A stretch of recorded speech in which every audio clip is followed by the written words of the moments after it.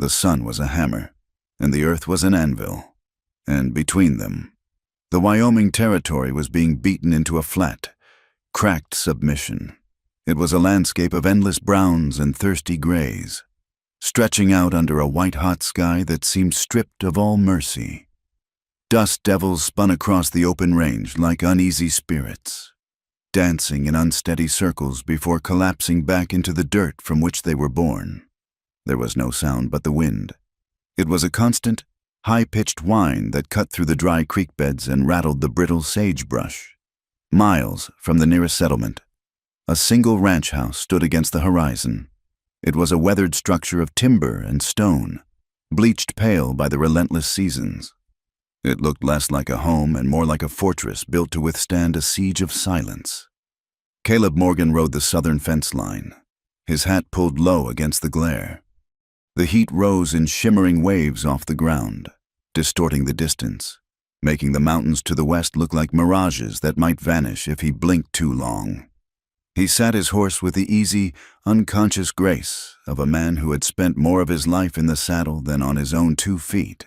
But there was a stiffness in his posture that spoke of old pain.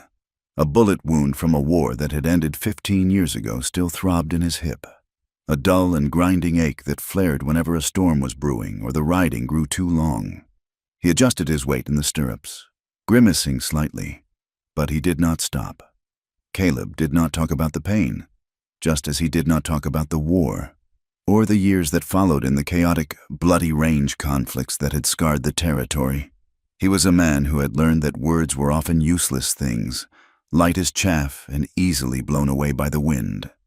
He pulled his gelding up alongside a section of fence where the wire had snapped, likely from the violent gusts of the night before. The wire lay coiled like a snake in the dust. Caleb dismounted, his boots hitting the hard-packed earth with a heavy thud.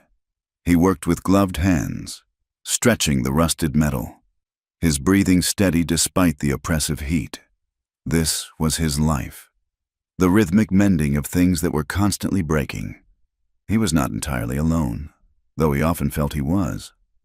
A mile back, Harlan was checking the water levels in the drying creek.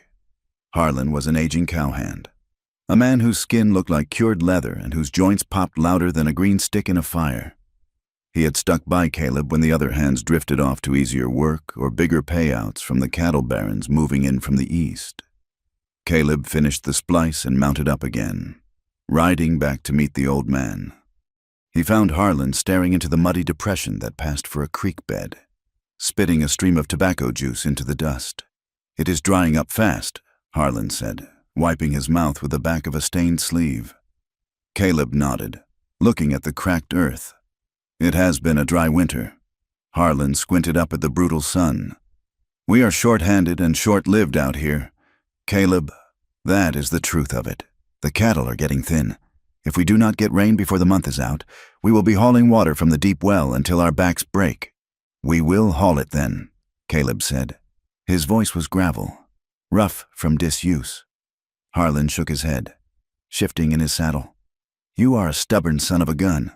Most men would have sold out to the combine by now, took the money and moved somewhere where the wind does not try to peel the skin off your face. This is my land," Caleb said simply.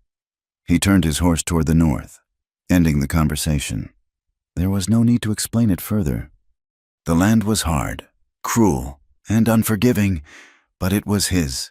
It was the only place that did not ask him to be anything other than what he was. He had buried a brother in this soil. He had bled into it. He would not leave it just because the sky refused to weep rain. In the settlement of Red Creek, a cluster of wooden storefronts and a rough-hewn church huddled together against the vastness of the plains. The heat felt different. It was trapped between the buildings, heavy with the smell of horse manure, sawdust, and unwashed bodies.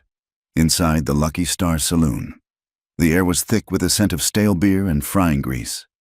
Elena Marquez stood in the narrow, stifling kitchen at the back, scrubbing a heavy iron skillet.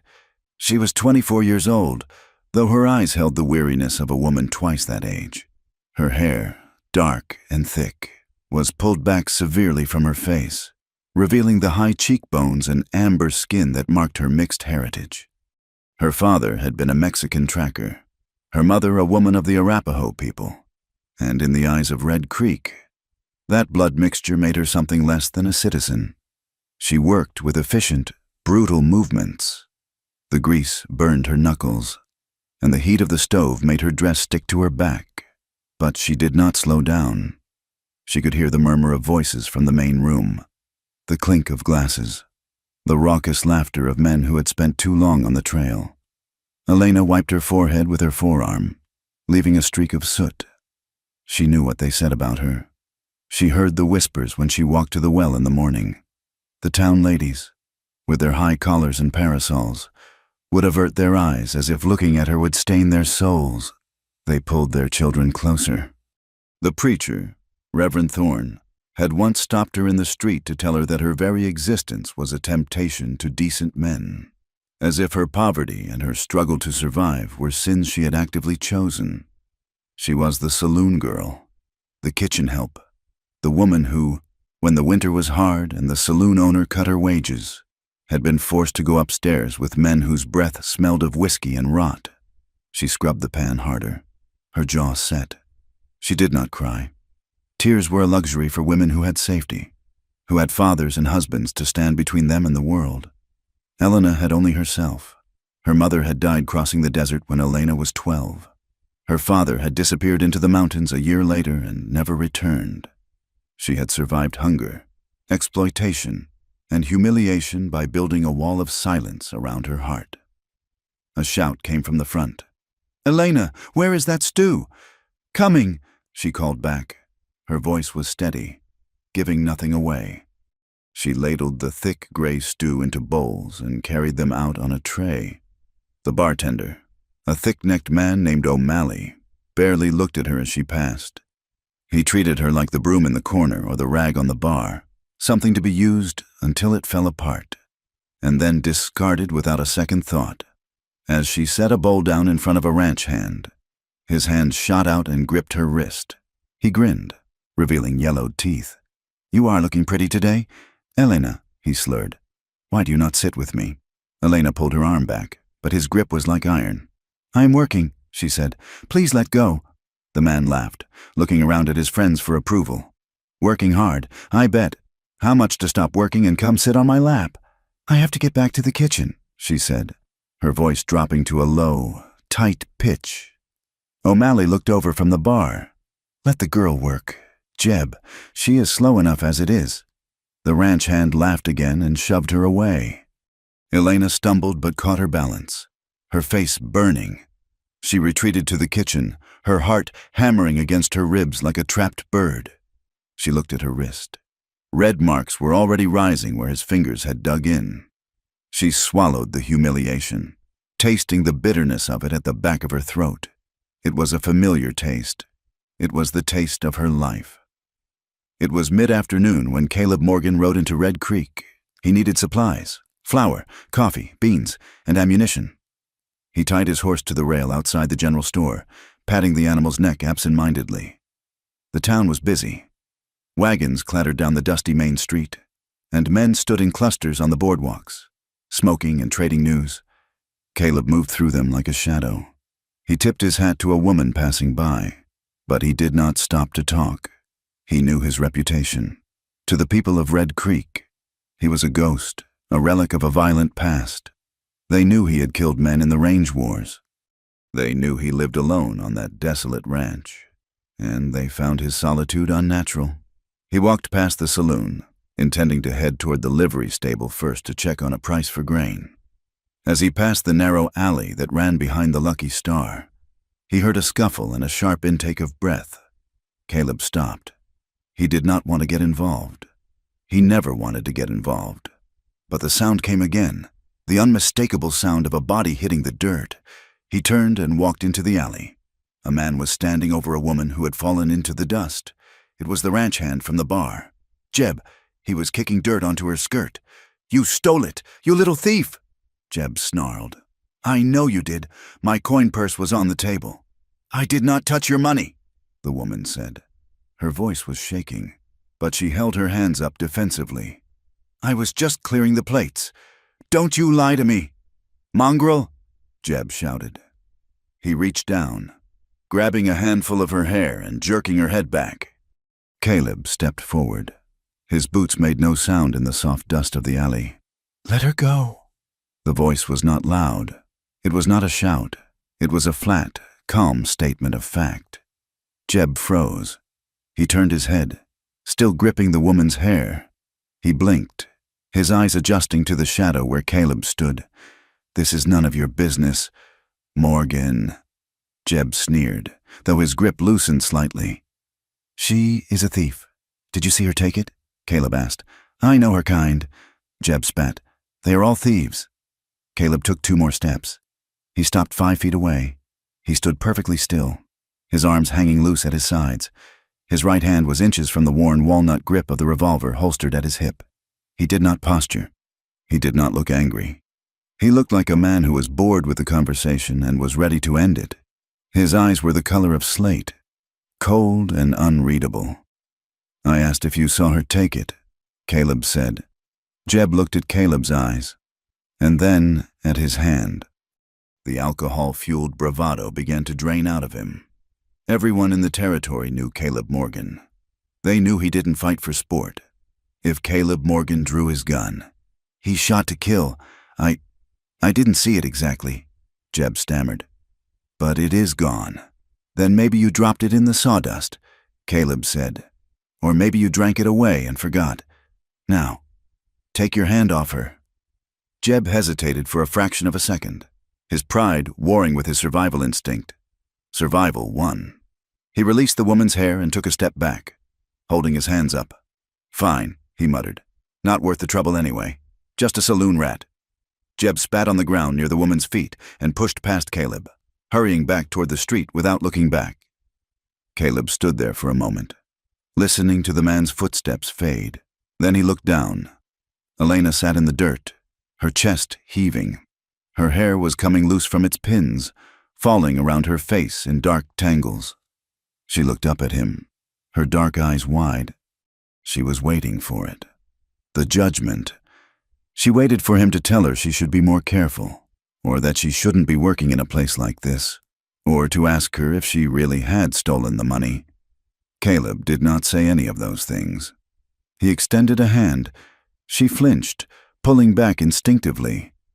Caleb paused, keeping his hand steady. He waited until she realized he wasn't going to strike her. Slowly, hesitantly. She reached out. Her hand was small and rough, the skin dry. He pulled her to her feet with a strength that surprised her. She dusted off her skirt, refusing to meet his eyes.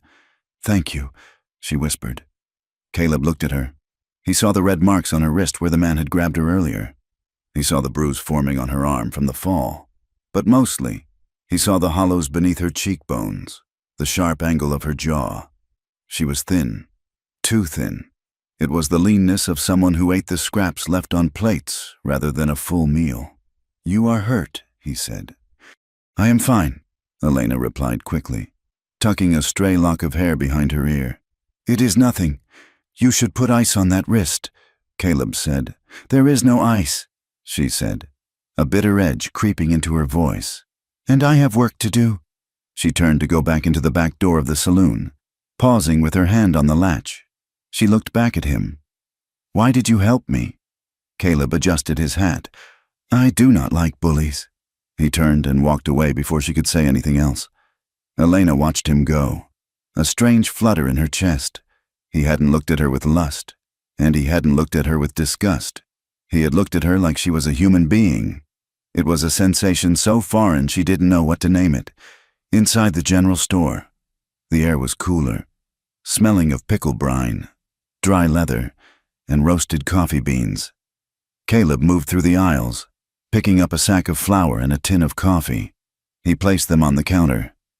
The storekeeper, a man named Henderson with wire-rimmed spectacles, was talking to another rancher near the stove. "I am telling you," Henderson was saying, keeping his voice low, but not low enough. "Silas Grant is not stopping at the Valley. He bought the Higgins place last week, paid cash." The other rancher whistled. "Higgins held out for 2 years. Grant has a way of persuading people," Henderson said darkly. He has hired a lot of new hands. Hard men, gun hands, mostly. He says he wants to unify the range. Says the small operations are holding back progress. Caleb stood silently at the counter, waiting. He felt the eyes of the men slide toward him. He's eyeing the West Ridge. 2, Henderson continued, looking pointedly at Caleb. Says it is good grazing land wasted on a man who lives like a ghost. Says a man with no family has no need for 3,000 acres. Caleb placed a $5 gold piece on the counter. The sound was sharp in the quiet room. Henderson jumped slightly. "Oh, Mr. Morgan, I didn't hear you come up." Caleb pushed the coin forward. That should cover the flour and the coffee. And 2 boxes of 45 cartridges. Henderson scurried to get the ammunition. He placed the boxes on the counter, his hands nervous. "We were just talking about the weather." "Caleb, I heard what you were talking about," Caleb said. He took his supplies. He didn't offer a threat. He didn't offer a defense. He simply gathered his things and walked out. But as he stepped onto the boardwalk, his jaw was set. Silas Grant. He knew the type. Men who thought the world was something to be bought and fenced. Men who thought power was the only law. Caleb had seen enough of those men in the war. He had seen them burn cities and starve populations in the name of a greater good. He felt a cold knot of tension in his gut.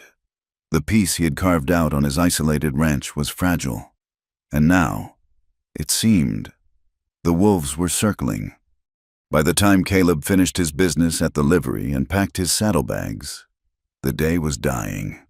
The sun had dipped below the horizon, leaving the sky a bruised purple and black. The heat hadn't broken, but the wind had changed. It was picking up speed, whipping the dust into blinding clouds. The temperature was dropping fast. A storm was coming, a bad one. He mounted his horse, pulling his coat collar up. He wanted to be home before the worst of it hit. The ride back to the ranch was 2 hours, and in the dark, with a storm blowing. It could take 3. He rode out of town, the horse fighting the wind.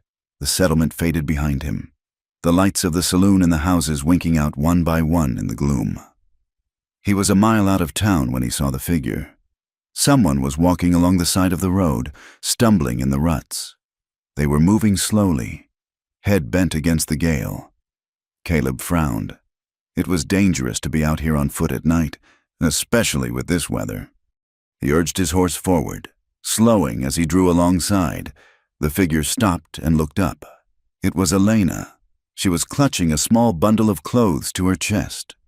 Her hair was wild, whipped by the wind across her face. She wasn't wearing a coat, just her thin work dress and a shawl that offered no protection against the rising chill. Caleb pulled his horse to a halt. "Elena?" She looked at him, her eyes red-rimmed. She shivered violently. "Mr. Morgan, what are you doing out here?" Caleb asked, his voice raised over the sound of the wind. Elena hugged the bundle tighter. "O'Malley fired me." "Fired you? Jeb, the man you stopped. He complained to O'Malley, said I was causing trouble with the customers, said I was bad for business. O'Malley told me to get out.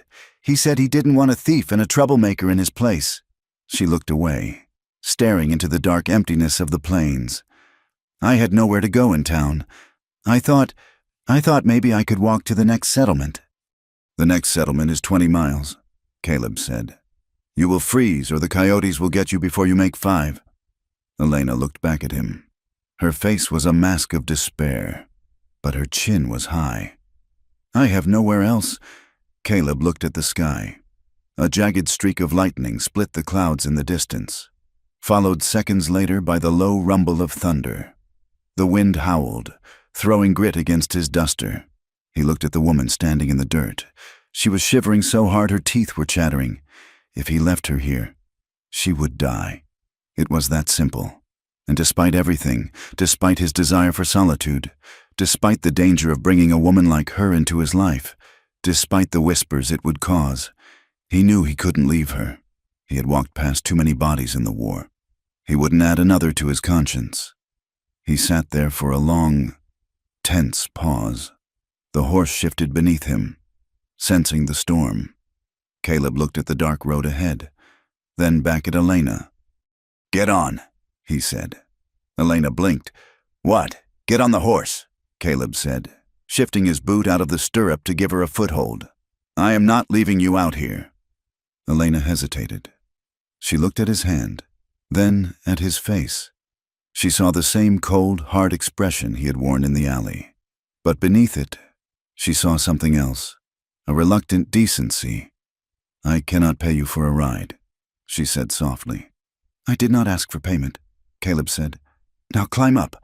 The storm is breaking. She reached up. He gripped her arm, the same arm that was bruised, and swung her up behind him. She settled onto the rump of the horse, her arms coming around his waist hesitantly. She was freezing. He could feel the cold radiating off her through his heavy coat. Hold on tight, Caleb said. He spurred the horse into a canter, heading away from the town, away from the judgment and the lights, and into the dark, howling emptiness of the plains. Behind him, Elena pressed her face against his back, closing her eyes against the dust, and for the first time in her life, she allowed herself to hope that she might survive the night. The gelding moved with a deliberate slowness, picking its way through the deepening ruts of the road. Caleb kept the pace steady, not for the sake of the beast, but for the woman clinging to the saddle behind him. The wind had turned vicious, stripping the heat from the day and replacing it with a biting chill that sought out every gap in clothing. Elena sat rigid behind the saddle cantle, her arms wrapped tentatively around Caleb's waist. She was shaking. The tremors started in her shoulders and ran down through her spine, vibrating against Caleb's back. Her dress, suitable only for the stifling heat of the saloon kitchen, was nothing more than thin cotton, offering no defense against the Wyoming night. Caleb pulled on the reins, bringing the horse to a halt. The animal huffed, mist steaming from its nostrils into the dark air. Why are we stopping? Elena asked, her voice barely audible over the gusting wind. Caleb did not answer immediately. He shifted his weight, grimacing as his bad hip popped, and swung his leg over the saddle horn to dismount. His boots hit the ground with a heavy thud. He began to unbutton his duster. It was a heavy canvas coat, lined with wool, stained with the dust of 1,000 miles and the grease of ranch work. He stripped it off, the cold hitting him instantly through his flannel shirt, but he ignored it.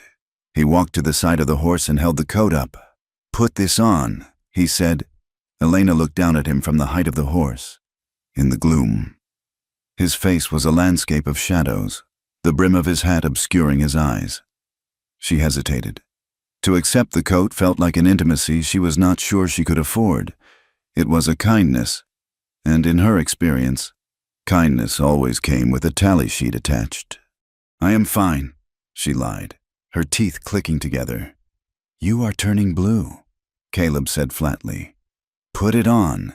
He did not wait for her permission. He reached up and draped the heavy garment over her shoulders. It swamped her small frame, the sleeves hanging past her hands, the hem draping over her legs. The warmth of his body was still trapped in the wool, and the scent of him, tobacco, horse sweat, and rain, enveloped her. Thank you, she whispered, pulling the collar tight around her neck. Caleb remounted, his movement stiff but efficient. He settled back into the saddle, and she wrapped her arms around him again. This time, with the barrier of the coat between them, she held on a little tighter. They rode on. The silence of the plains was not empty. It was filled with the rush of the wind and the rhythmic beat of hooves, to keep the drowsy numbness of hypothermia at bay, and perhaps to bridge the awkward chasm between them. They began to speak.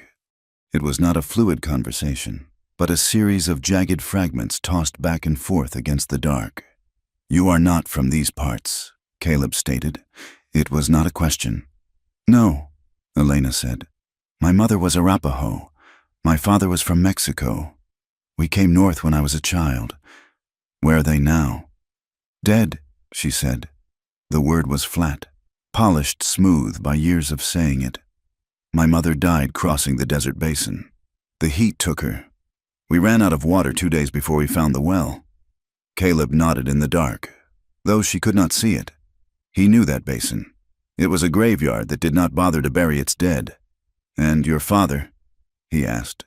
He lasted a year after she passed, Elena said, "He went into the mountains to trap and never came back.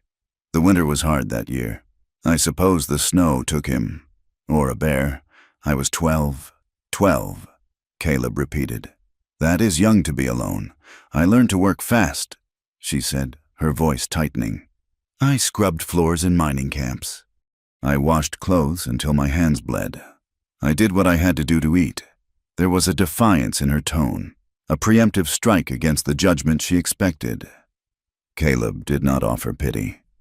He offered a trade. "I left home when I was 16. He said, "I thought the army would be an adventure." Was it? It was mud and dysentery and men screaming for their mothers. Caleb said, "I fought at Shiloh. I fought at Antietam. I learned that men are not much better than animals when the fear takes them." Elena rested her cheek against the rough wool of his coat. "You carry a gun like a man who knows how to use it. I learned that in the war," Caleb said. "And then I learned it again when I came west. The range wars were different. No uniforms, just neighbors killing neighbors over water rights and fence lines." "Is that where you got the limp?" she asked. Caleb stiffened slightly. "Yes, a skirmish near the border, a bullet through the hip. It took 6 months to close, and it reminds me every day that I am mortal." "Why do you live so far out?" she asked. "Even for a rancher. You are isolated. I have seen enough people to last me several lifetimes," Caleb said. "Crowds make my skin itch. I prefer the cows. They are honest about their needs. Grass, water, salt. People always want something more." The wind suddenly changed pitch, rising from a moan to a scream. The first drops of rain hit them like lead shot, heavy and cold. Within seconds, the heavens opened. It was not a gentle shower, but a deluge, a vertical river pouring onto the parched earth. "Hold on!" Caleb shouted over the roar of the storm. He spurred the horse into a gallop. The ground was turning slick, the dust instantly transforming into a greasy mud. Lightning flashed, illuminating the world in stark key, strobe light bursts of blue-white energy. In the flashes, Elena saw the landscape, wild, rolling hills, scrub brush thrashing in the wind, and ahead, the dark outline of buildings. They thundered through a gate, the horse sliding as Caleb pulled it up near the barn. He slid off and reached for her. Elena practically fell into his arms, her legs numb, the coat soaked through the outer layer but dry inside. He set her down on the porch of the ranch house. "Get inside," he yelled. He turned to lead the horse to the barn. Elena fumbled with the latch, her fingers stiff, until the door gave way. She stumbled into the darkness of the house, the roar of the rain muffling slightly as the door slammed shut behind her. She stood there, dripping on the floorboards, shivering violently. The house smelled of wood smoke, old leather, and dust. It was pitch black until a match flared. Caleb stood by a table, lighting a kerosene lamp. The flame caught, bathing the room in a warm, yellow glow. He had entered through the back door after stabling the horse. He was soaked, his shirt clinging to his skin, water dripping from the brim of his hat. He looked at her, then pointed to a stove in the corner. "There is wood in the box. I will get the fire going." He moved with efficient speed, stoking the embers in the iron stove and adding kindling until a fire crackled, pushing back the damp chill of the room. He gestured to a hallway. "There is a spare room down there," Caleb said. "The first door on the right. There are blankets in the chest at the foot of the bed."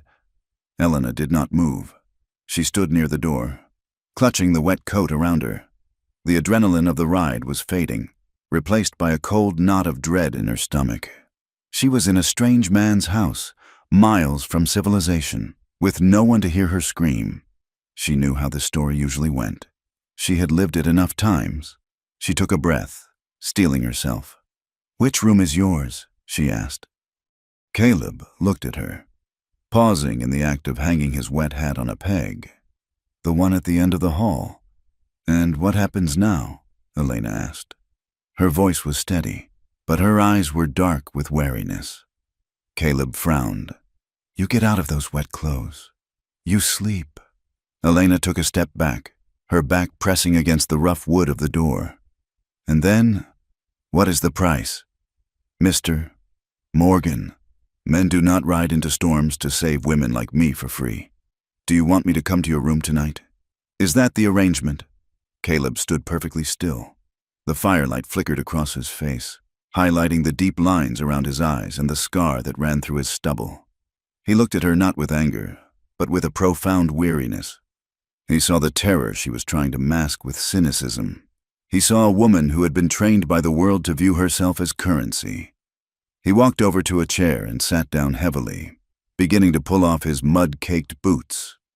My brother, Samuel, used to sleep in that room, Caleb said quietly. He died 4 years ago. A dispute over a property line. He was 19. I have not had the heart to clear it out. But the bed is good. He pulled the boot off and set it aside, then looked her squarely in the eyes. I do not want you in my bed. Elena, I do not want your body. I brought you here because the alternative was leaving you to die in the ditch, and I have enough ghosts following me already. Elena stared at him, searching his face for the lie. She could not find one. Then what do you want? She demanded.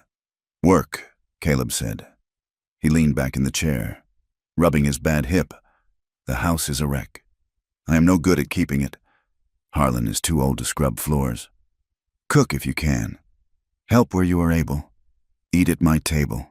Sleep in a warm bed. That is all. His voice was devoid of negotiation. It was a simple statement of facts. Elena felt the tension in her chest coil tight and then, slowly, begin to unravel. It was more unsettling than a demand would have been. A demand she could fight or endure.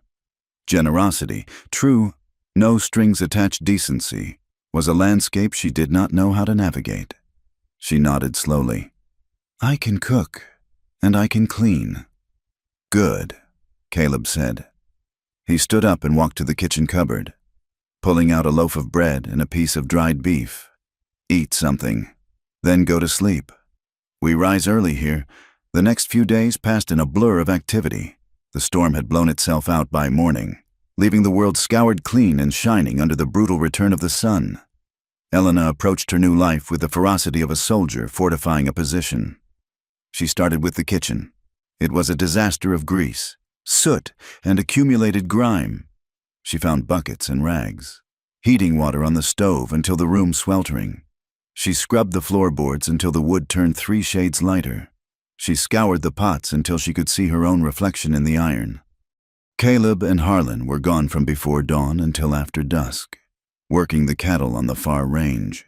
This left Elena alone with the house and the silence. It was the silence that stunned her most. In town, there was always noise, the piano in the saloon, the shouting of drunks, the rattle of wagons, the barking of dogs. Here, the silence was a physical weight. It pressed against the windows. But as she worked, she began to realize it was not empty. It was filled with the wind sighing through the eaves, the cry of a red-tailed hawk circling high above, the settling creaks of the timber house. For the first time in years, the noise in her head began to quiet. The constant vigilance, the need to listen for heavy footsteps approaching her door, began to recede, if only slightly. She found Caleb's shirts in a pile in the corner of his room. She had entered hesitantly, feeling like an intruder, just to retrieve the laundry. They were missing buttons, torn at the elbows, frayed at the collars. She sat on the porch in the afternoon light, needle and thread in hand, mending them with small, precise stitches. When Caleb returned in the evenings, the house smelled of soap and stew. He would stop at the door, scraping the mud from his boots, and look around as if he had walked into the wrong house. He said little. He would sit at the table, eating the beans and cornbread she prepared, nodding his thanks. But he watched her. He noticed things. He noticed that she never sat with her back to the door. She always positioned her chair so she had a clear line of sight to the exit and to him. He noticed that when he walked into a room unexpectedly, her entire body went rigid, her hand twitching toward a pocket where he suspected she carried a small knife. One morning, he passed the open door of her room. She was asleep, the morning light falling across the quilt. One of her feet was sticking out from under the blanket. She was wearing her boots. Caleb paused, a shadow crossing his face. He knew that habit. He had done the same thing for a year after the war. It was the habit of someone who expected to have to run for their life at a moment's notice. He moved on down the hall, his footsteps silent. He would not ask her about it. He would not tell her she was safe, because words were cheap. He would simply let the days pile up, one after another, peaceful and dull, until her body learned what her mind refused to believe. The reprieve of the storm was short-lived. The moisture evaporated within days, and the heat returned with a vengeance. A drought began to settle over the territory like a heavy wool blanket. The sky turned a bleached, blinding white. The grass, briefly green from the rain, yellowed and turned brittle. The creek, which had been flowing, began to retreat. It broke into a series of stagnant pools, then into muddy depressions. The cattle grew restless. They clustered in the meager shade of the cottonwoods, their ribs beginning to show through their hides. Caleb and Harlan worked themselves to the bone. One evening, Caleb came in, his face gray with dust.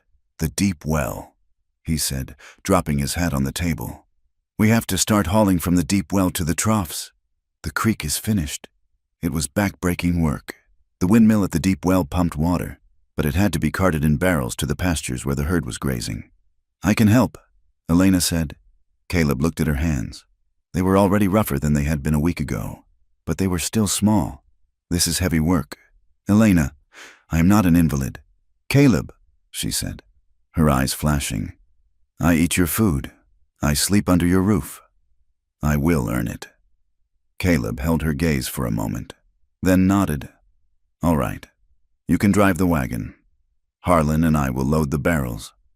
For the next week, Elena lived in the dust and the sun.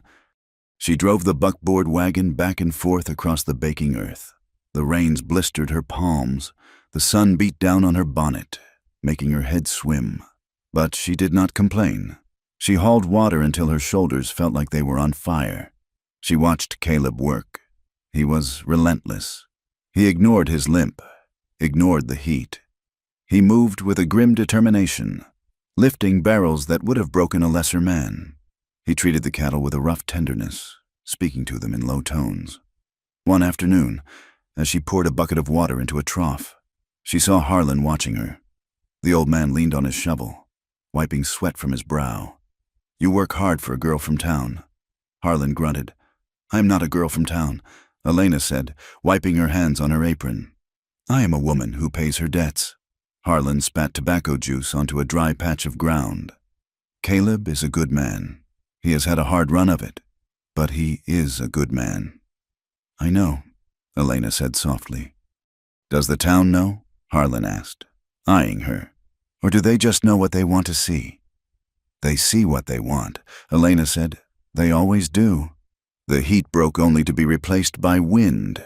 It was a dry, scouring wind that picked up the loose topsoil and turned the air into a brown haze. The sun became a dim orange disk behind the curtain of dust. Night fell, but the wind did not die down. It howled around the ranch house, battering the walls. The windows rattled in their frames, a constant, erratic clattering that sounded like knuckles rapping on glass. Inside, the air was stifling. Caleb sat in his leather chair, reading a tattered book by the light of the lamp. Elena was in the kitchen, drying the last of the dishes. The wind gusted, hitting the side of the house with a force that made the timbers groan. A handful of gravel and sand was flung against the kitchen window. Crack, rattle, thud. Elena froze. The plate in her hand slipped, shattering on the floor. She didn't hear the ceramic break. All she heard was the banging. "Open up! Open the door!" The memory washed over her, vivid and terrifying. It was 3 years ago, a mining camp, a flimsy door with no lock, men shouting, drunk and angry, pounding on the wood splintering, the hands grabbing her. The window rattled again, violent and demanding. Elena gasped, backing away. She hit the counter, sliding down until she was curled in the corner, her arms wrapped over her head. She couldn't breathe. The room was closing in. The sound of the wind was the sound of their voices. "No," she whispered. No, please, go away. Caleb looked up at the sound of the breaking plate. He stood up, putting his book down. Elena? He walked into the kitchen. He saw the shards of pottery on the floor. Then he saw her. She was pressed into the corner between the stove and the wall, rocking slightly, her hands clutching her hair. She was hyperventilating. Short, sharp gasps that sounded like a wounded animal. Caleb stopped in the doorway. He assessed the situation instantly. He didn't see a clumsy woman who had dropped a plate. He saw a soldier in the grip of a shell-shocked nightmare. He had seen it 100 times in the tents after a battle. He did not rush to her. He did not try to touch her. He knew that to a trapped mind. Any touch was an attack. Instead, he slowly lowered himself to the floor, sitting cross-legged near the doorway, 10 feet away from her. He kept his hands visible, resting on his knees. "Elena," he said. His voice was low, resonant, and calm. "It is just the wind." Elena did not look up. She was shaking violently. "They are here," she choked out. "They are at the door. No one is at the door." Caleb said, "The gate is locked. Harlan is in the bunkhouse. It is just you and me." "And the wind?" He waited a beat. The window rattled again.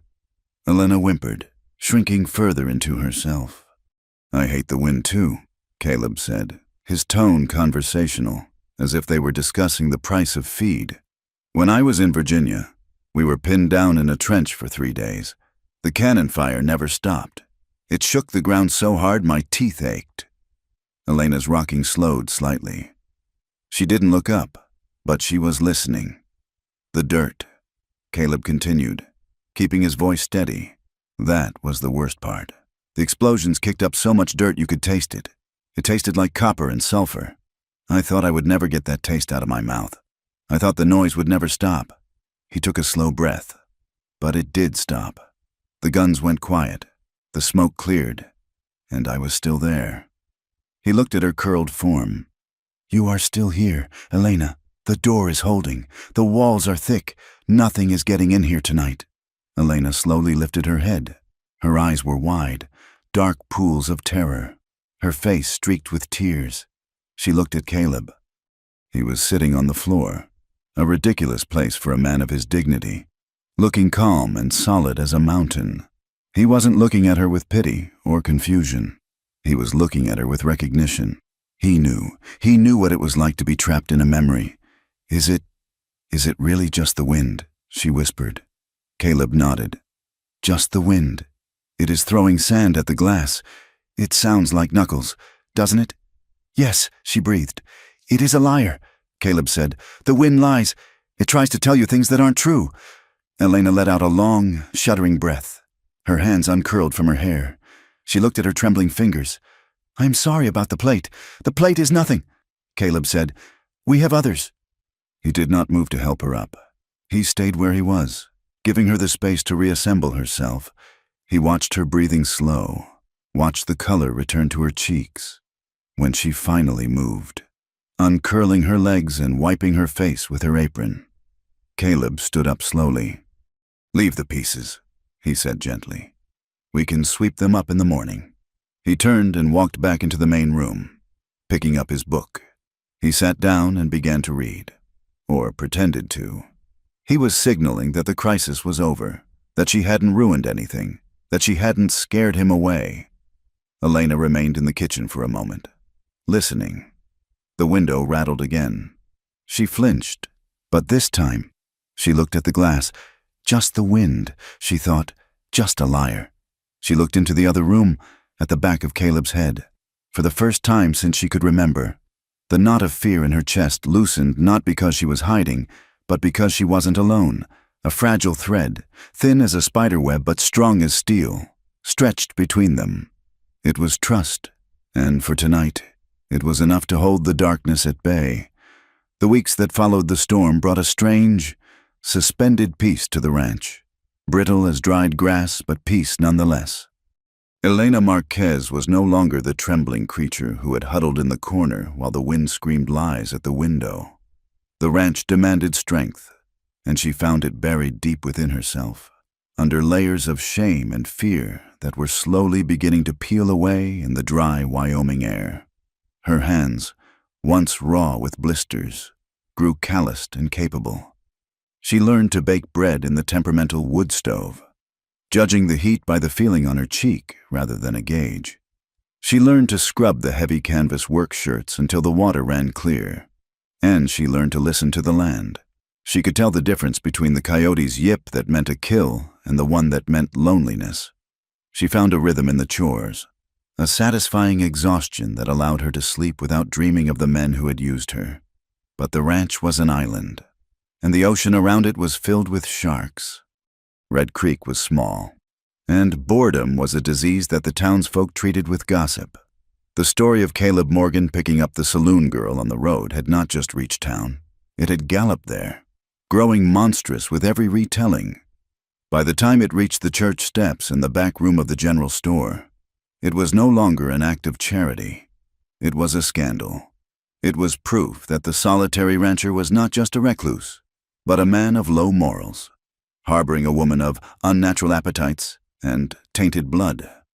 The reckoning arrived on a Tuesday afternoon, riding in a polished black buggy that looked obscenely clean against the dust of the yard. Caleb was in the corral, working a colt that had been spooked by a rattlesnake.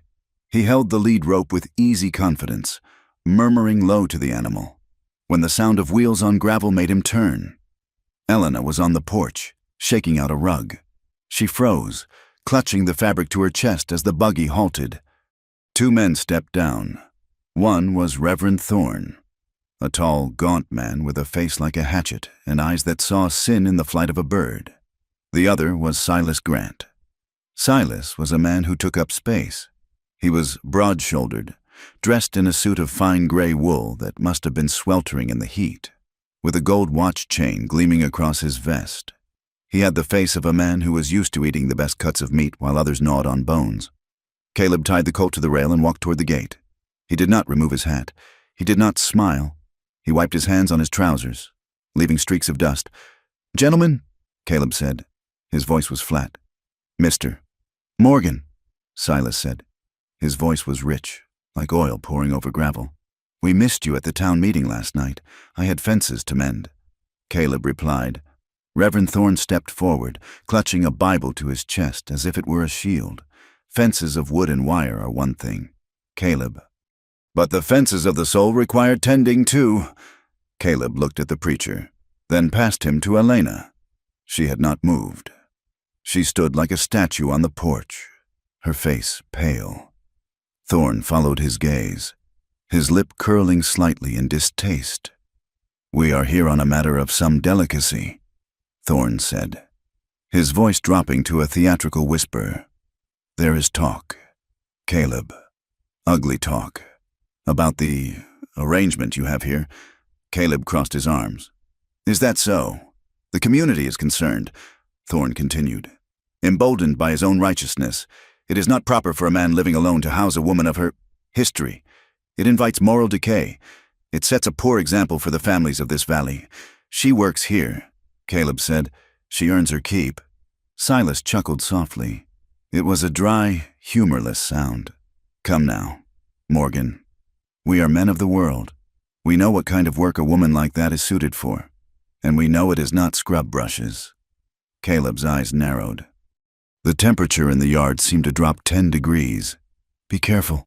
Silas, you are standing on my land. I am standing on land that is being wasted," Silas countered, his smile vanishing. "But that is a separate issue, or perhaps not. You see, Caleb, a man's reputation is his credit, and right now, your credit is failing. The bank in the city hears things. They hear that Caleb Morgan has lost his judgment, that he is harboring whores and fighting in alleys." Elena flinched as if he had thrown a stone at her. Silas stepped closer to the fence, lowering his voice. "Look, I am a reasonable man.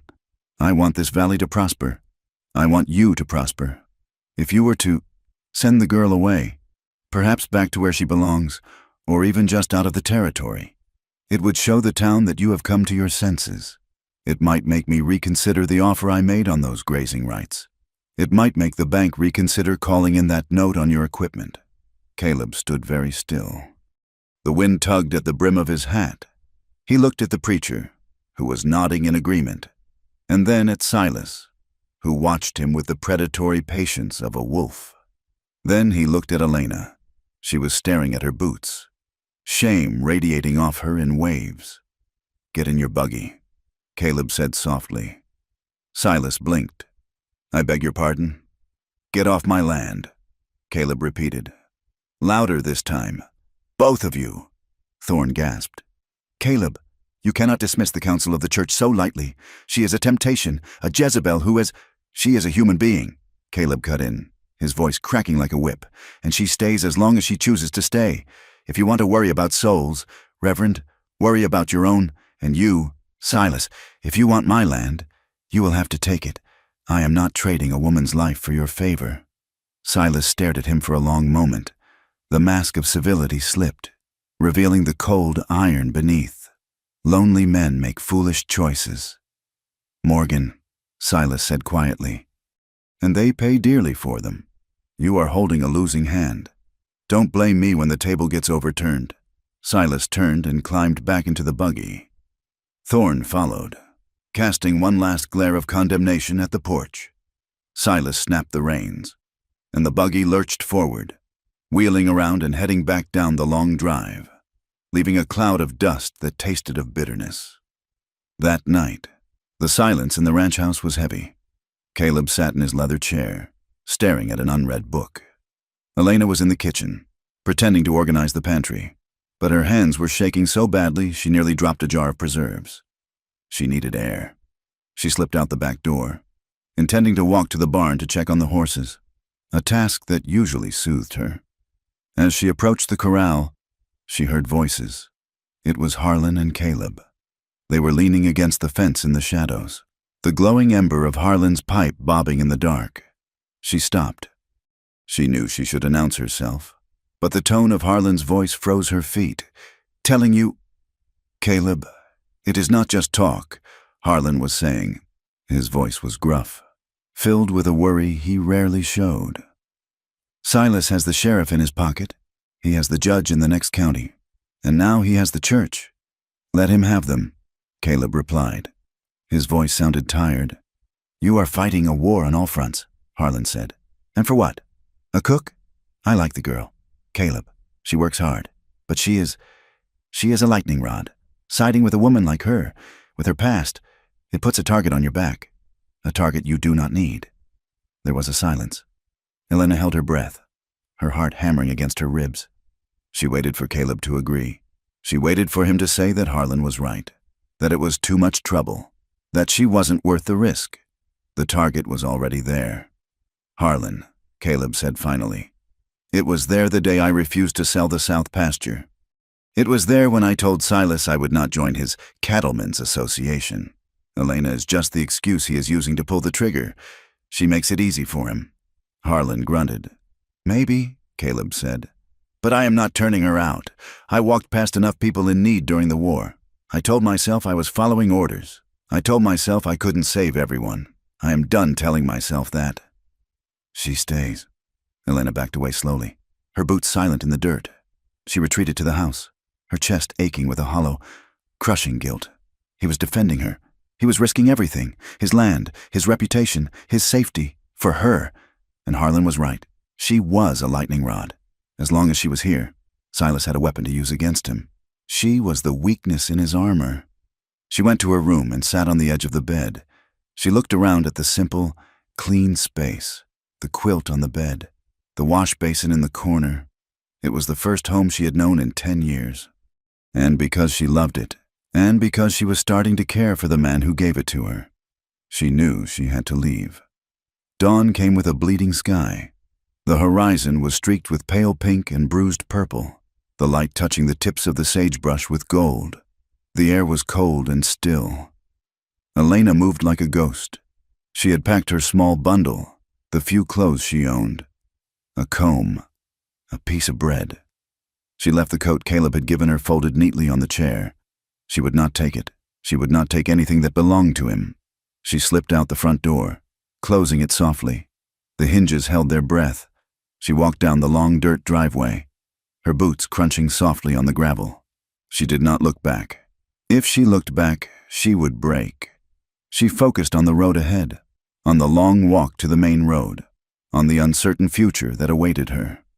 She would go to the city, or maybe west, to California, anywhere that wasn't here. She reached the main gate, a mile from the house. Her hand was on the latch when she heard the horse. She froze. Caleb was there. He was sitting on his gelding, still as a statue, waiting in the shadow of a cottonwood tree. He was wearing his duster, his hat pulled low. He looked like part of the landscape, as rugged and immovable as the hills. "Going somewhere?" he asked. His voice was rough with sleep and morning air. Elena gripped her bundle. She didn't turn to face him. "I am leaving. Caleb, I see that," he said. He nudged the horse forward, blocking the gate. "Why? You know why," she said, her voice trembling. "I heard you talking to Harlan. I heard what Silas said. I am ruining you." Caleb dismounted. He walked toward her. His limp pronounced in the cold morning. "You are not ruining anything that wasn't already broken." "Elena, I am a target," she cried, spinning around to face him. Tears were streaming down her face, hot and fast. Harlan was right. "I am a weight around your neck. Silas will use me to destroy you. If I leave, he loses his leverage." "And where will you go?" Caleb asked quietly. "Away," she said. "Anywhere." "To do what?" Caleb took another step. "The world hasn't changed since I picked you up on that road. Elena, it is still hungry. It still wants to eat you alive. I can handle it," she sobbed. "I have handled it before." "Have you?" Caleb asked. "Or have you just survived it?" Elena dropped her bundle in the dirt. She stared at him, her chest heaving. "You do not understand. You think you are saving me, but you do not know what you are saving. You do not know what I am. I know who you are," Caleb said. "No, you don't!" Her voice rose to a scream, shattering the morning quiet. "You see a victim. You see a girl who had some bad luck. But that is not it. I sold myself, Caleb. Not just once, not just when I was starving. I did it for a warm room. I did it for a bottle of whiskey to make the night go faster. I let men touch me, men who smelled like rot and death, because it was easier than fighting them." She was shaking violently, the confession pouring out of her like poison. "They called me every name there is," she choked out. "Whore, savage, mongrel," and I answered to them. I smiled for them. I let them put their hands on me, and I pretended I didn't hate them because I wanted to live. That is what is in my house. Caleb, that is what is eating your food. Not a lady, not a project, just used goods, just dirt. She stopped, gasping for air, waiting for the look of disgust, the look that said I didn't know it was that bad. She waited for him to step back. Caleb did not step back. He stepped forward. He reached out and took her by the shoulders. His grip was hard, not hurting, but anchoring. He forced her to look at him. His eyes were not filled with disgust. They were filled with a fury so intense it looked like fire. But the fire wasn't directed at her. It was directed at the empty road, at the town, at the world that had done this to her. "You think that makes you dirt?" Caleb asked, his voice a low growl. "You think surviving makes you unworthy?" Elena stared at him, stunned by the intensity in his face. "I fought in a war where men blew each other apart for a patch of mud," Caleb said. "I saw generals send boys into cannon fire just to test the range. I have done things. I have killed men. Elena, I have looked a man in the eye and ended his life because he was wearing a different color coat. Do you think I am clean? Do you think I am pure?" He shook her gently. "We are all dirt, Elena. We are all just trying to stay above the ground for one more day. What you did to survive, that is not your shame. That is their crime." He let go of her shoulders and brushed a tear from her cheek with his rough thumb. "Don't make me watch you walk back into hell," he whispered. "Please, I cannot watch that." Elena looked at him, really looked at him, and saw the truth. He wasn't judging her. He was seeing her pain and matching it with his own. The wall she had built, the wall of shame, crumbled. She leaned into him, her forehead resting against his chest. He wrapped his arms around her, holding her tight against the cold morning wind. They stood there for a long time as the sun broke over the horizon, painting the world in gold, two broken things holding each other together. "Come home," Caleb said softly. "Okay," she whispered. "Okay." The truce with the world could not last. 3 days later, the reality of running a ranch forced their hand.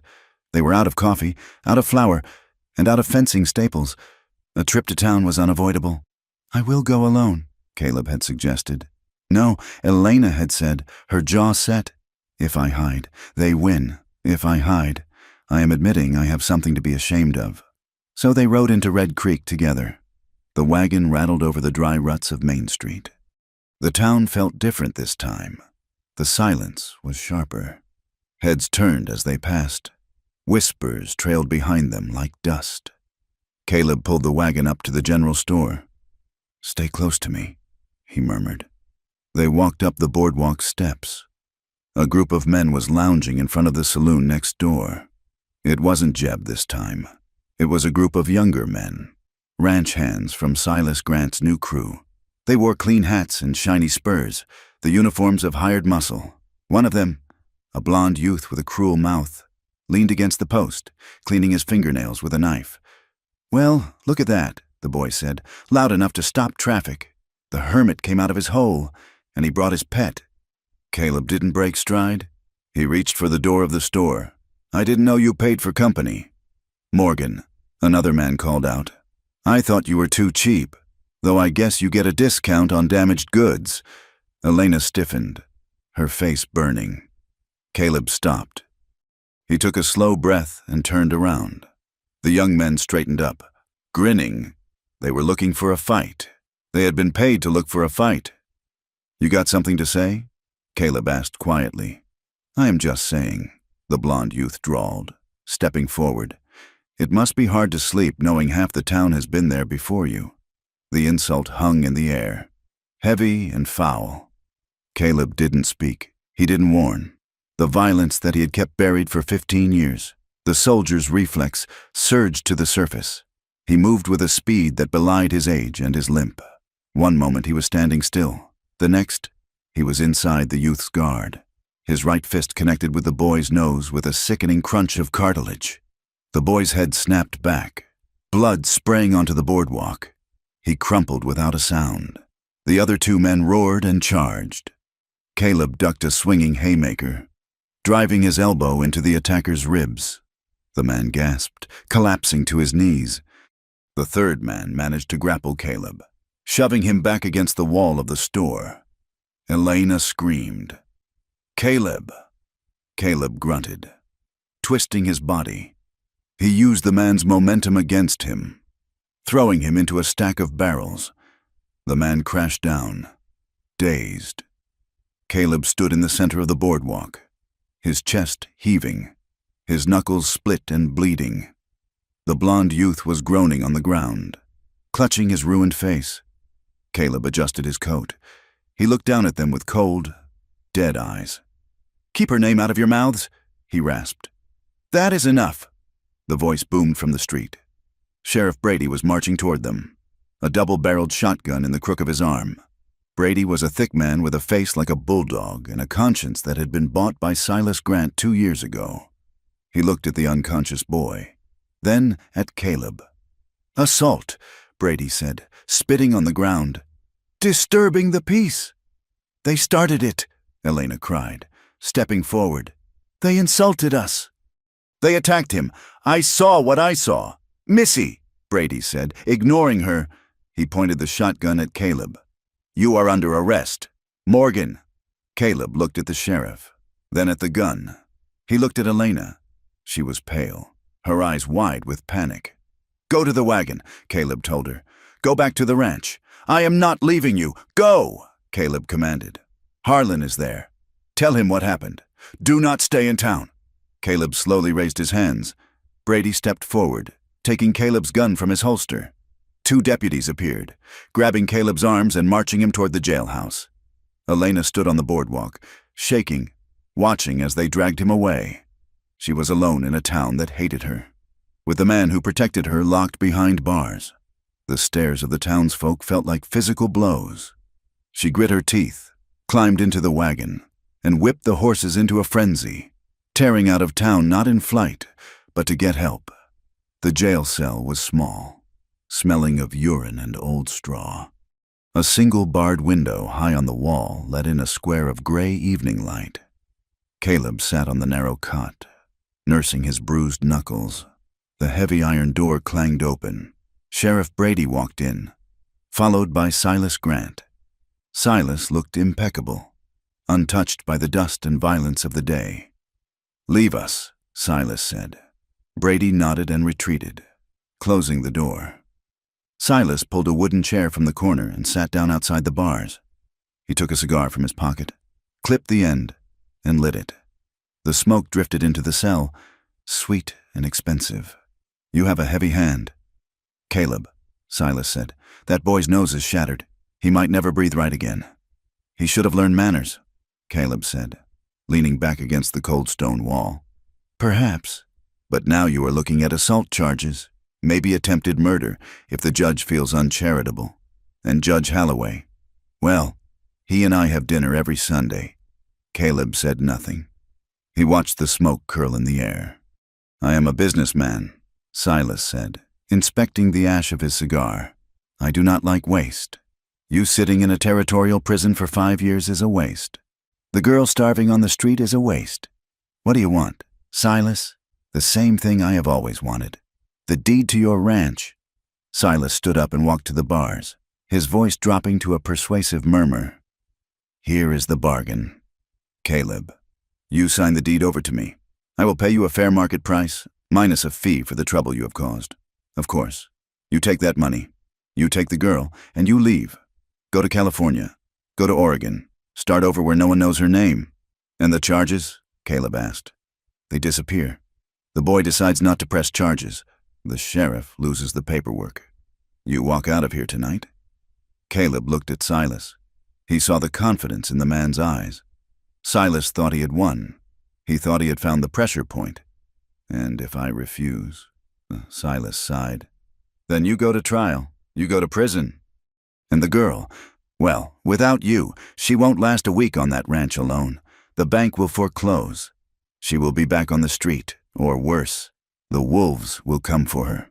"Caleb, you know they will." Caleb stood up. He walked to the bars, standing toe-to-toe with Silas. "You are right," Caleb said. "The wolves will come, but I am not selling my land to the head wolf just to save myself the trouble of shooting him." Silas's face hardened. "You are a fool. You are choosing pride over her life." "No," Caleb said. "I am choosing not to let a man like you decide my life. I am not selling. Silas, not today. Not ever." Silas stared at him for a long, cold minute. Then he dropped the cigar on the floor and crushed it under his polished boot heel. "Have it your way," Silas said softly. "But remember this, Morgan, everyone pays in the end, one way or another. You think you can fight the future? I am the future." He turned and walked out. The heavy door slammed shut, locking Caleb in the gathering dark. Caleb sat back down on the cot. He listened to the silence of the jail. He thought of Elena driving the wagon back alone. He thought of the storm that was coming, not of rain this time, but of men and greed and fire. He closed his eyes. He didn't know how he was going to get out of this, but he knew one thing: he wasn't running anymore. The morning light was gray and unforgiving, filtering through the grime of the jailhouse window to illuminate the dust motes dancing in the stale air. Caleb sat on the edge of the cot, his head hanging low. His knuckles were swollen and purple. The skin split where he had connected with the ranch hand's face, but that was a distant ache compared to the fire burning in his hip. The damp chill of the cell floor had seeped into his bones during the night, waking the old injury from its dormant state into a furious, throbbing presence. The heavy iron door groaned on its hinges. Harlan stood there, his weathered face looking older than Caleb had ever seen it. The old cowhand held his hat in his hands, his knuckles white, behind him. Sheriff Brady sat at his desk, counting a stack of coins with deliberate, mocking slowness. "That is the bail," Brady said, not looking up. "Though I reckon it is money thrown down a well." Harlan ignored the lawman. He stepped into the cell area, his eyes finding Caleb. "Let us go. Caleb, the horses are outside." Caleb stood up. The room tilted dangerously, black spots swimming in his vision. He grit his teeth, forcing the world to right itself, and limped out of the cell. He did not look at the sheriff. He did not ask about the charges. He just walked, one painful step at a time, until he hit the boardwalk. The town of Red Creek was awake, and it was watching. As Caleb and Harlan moved toward the hitching rail, the activity on the street seemed to suspend. Men paused in their loading of wagons. Women crossing the street stopped and turned their heads. It was not the fearful respect Caleb was used to. It was something sharper, colder. He lost his mind. A voice drifted from the porch of the general store. A whisper meant to be heard. "Threw his life away for a whore." Harlan stiffened, his hand drifting toward the knife at his belt. But Caleb grabbed his arm. His grip was weak, trembling. "Leave it," Caleb rasped. "Just ride." They mounted up. The effort of swinging his leg over the saddle nearly made Caleb black out. A sharp, tearing pain ripped through his hip, stealing the breath from his lungs. He slumped forward for a second, clutching the saddle horn, sweat breaking out on his forehead despite the morning chill. "You all right?" Harlan asked, his voice low. "Ride," Caleb commanded. They rode out of town under the weight of 100 stairs. The sky to the west was bruising, deep purples and blacks swallowing the blue. The air was heavy, charged with the static of an approaching storm. It was the kind of weather that made animals pace and men edginess. For the first hour, they rode in silence. Harlan kept glancing over, his concern growing as he saw Caleb's posture deteriorate. The rancher was listing to the left, his face pale as ash, his breathing shallow and rapid. The wind began to pick up, whipping the sagebrush back and forth. The temperature plummeted. Thunder rumbled, a low, tectonic growl that vibrated through the ground. "Caleb?" Harlan called out over the rising wind. Caleb did not answer. He pulled his horse up sharply, the animal dancing nervously.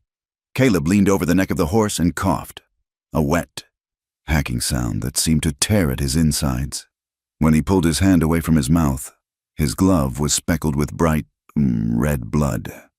Harlan was beside him in an instant, grabbing Caleb's reins. "You are bleeding inside," Harlan shouted. "The fight!" "It is the fever," Caleb gasped, wiping his mouth. "The hip, it has gone bad." He tried to straighten up, but a spasm of agony doubled him over again.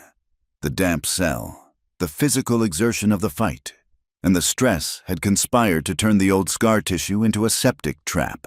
The infection he had fought off for years had returned with a vengeance. "We need to get you to a doctor," Harlan said, looking back toward town. "No," Caleb wheezed. "No town. They will not help. Ride for the ranch." "We won't make the ranch," Harlan yelled as the first fat drops of rain hit the dust like bullets. "Look at that sky." A wall of water was racing across the plains toward them, a gray curtain obliterating the horizon. Lightning forked down, hitting the ground less than a mile away with a crack that made the horses scream. "The line cabin," Caleb managed to say, pointing a trembling hand toward the foothills. "The North Ridge. It is closer." They turned their horses, spurring them into a run as the heavens opened.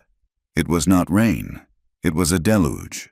The water fell in sheets, instantly turning the dry earth into a slick, treacherous slurry of mud. Hail the size of marbles began to mix with the rain, stinging their faces and hands. They rode blindly, heads down against the onslaught. Caleb was barely conscious, holding onto the saddle horn by instinct alone. Every jolt of the horse sent a spike of white-hot agony through his body. He was burning up, his skin on fire while the ice-cold rain soaked him to the bone. They reached the line cabin just as the storm intensified into a full gale. It was a crude structure, little more than a shack of rough-hewn logs built for shelter during winter roundups. Harlan jumped down and kicked the door open. He grabbed Caleb, hauling him out of the saddle. Caleb's legs gave way the moment they touched the ground. Harlan caught him, dragging him through the mud and into the darkness of the cabin. Elena was there. She had arrived only an hour before, having driven the wagon like a madwoman to get help, only to be forced to shelter when the sky turned black. She had found Harlan there, waiting out the weather, and they had both been preparing to ride back to town when Caleb arrived. "Caleb!" Elena screamed, rushing forward. "Help me get him to the bunk!" Harlan grunted, struggling under Caleb's dead weight. Together, they hoisted him onto the narrow wooden platform that served as a bed. The cabin was freezing, the air smelling of wet wool and rat droppings. Harlan struck a match, lighting a kerosene lantern that hung from a rusty nail. The yellow light revealed the ruin of Caleb Morgan. His eyes were glazed, rolling back in his head. His breath rattled in his chest. His clothes were soaked, muddy water pooling on the floor beneath him. "Get his coat off," Elena ordered, her hands flying to the buttons. They stripped the heavy duster and his flannel shirt away.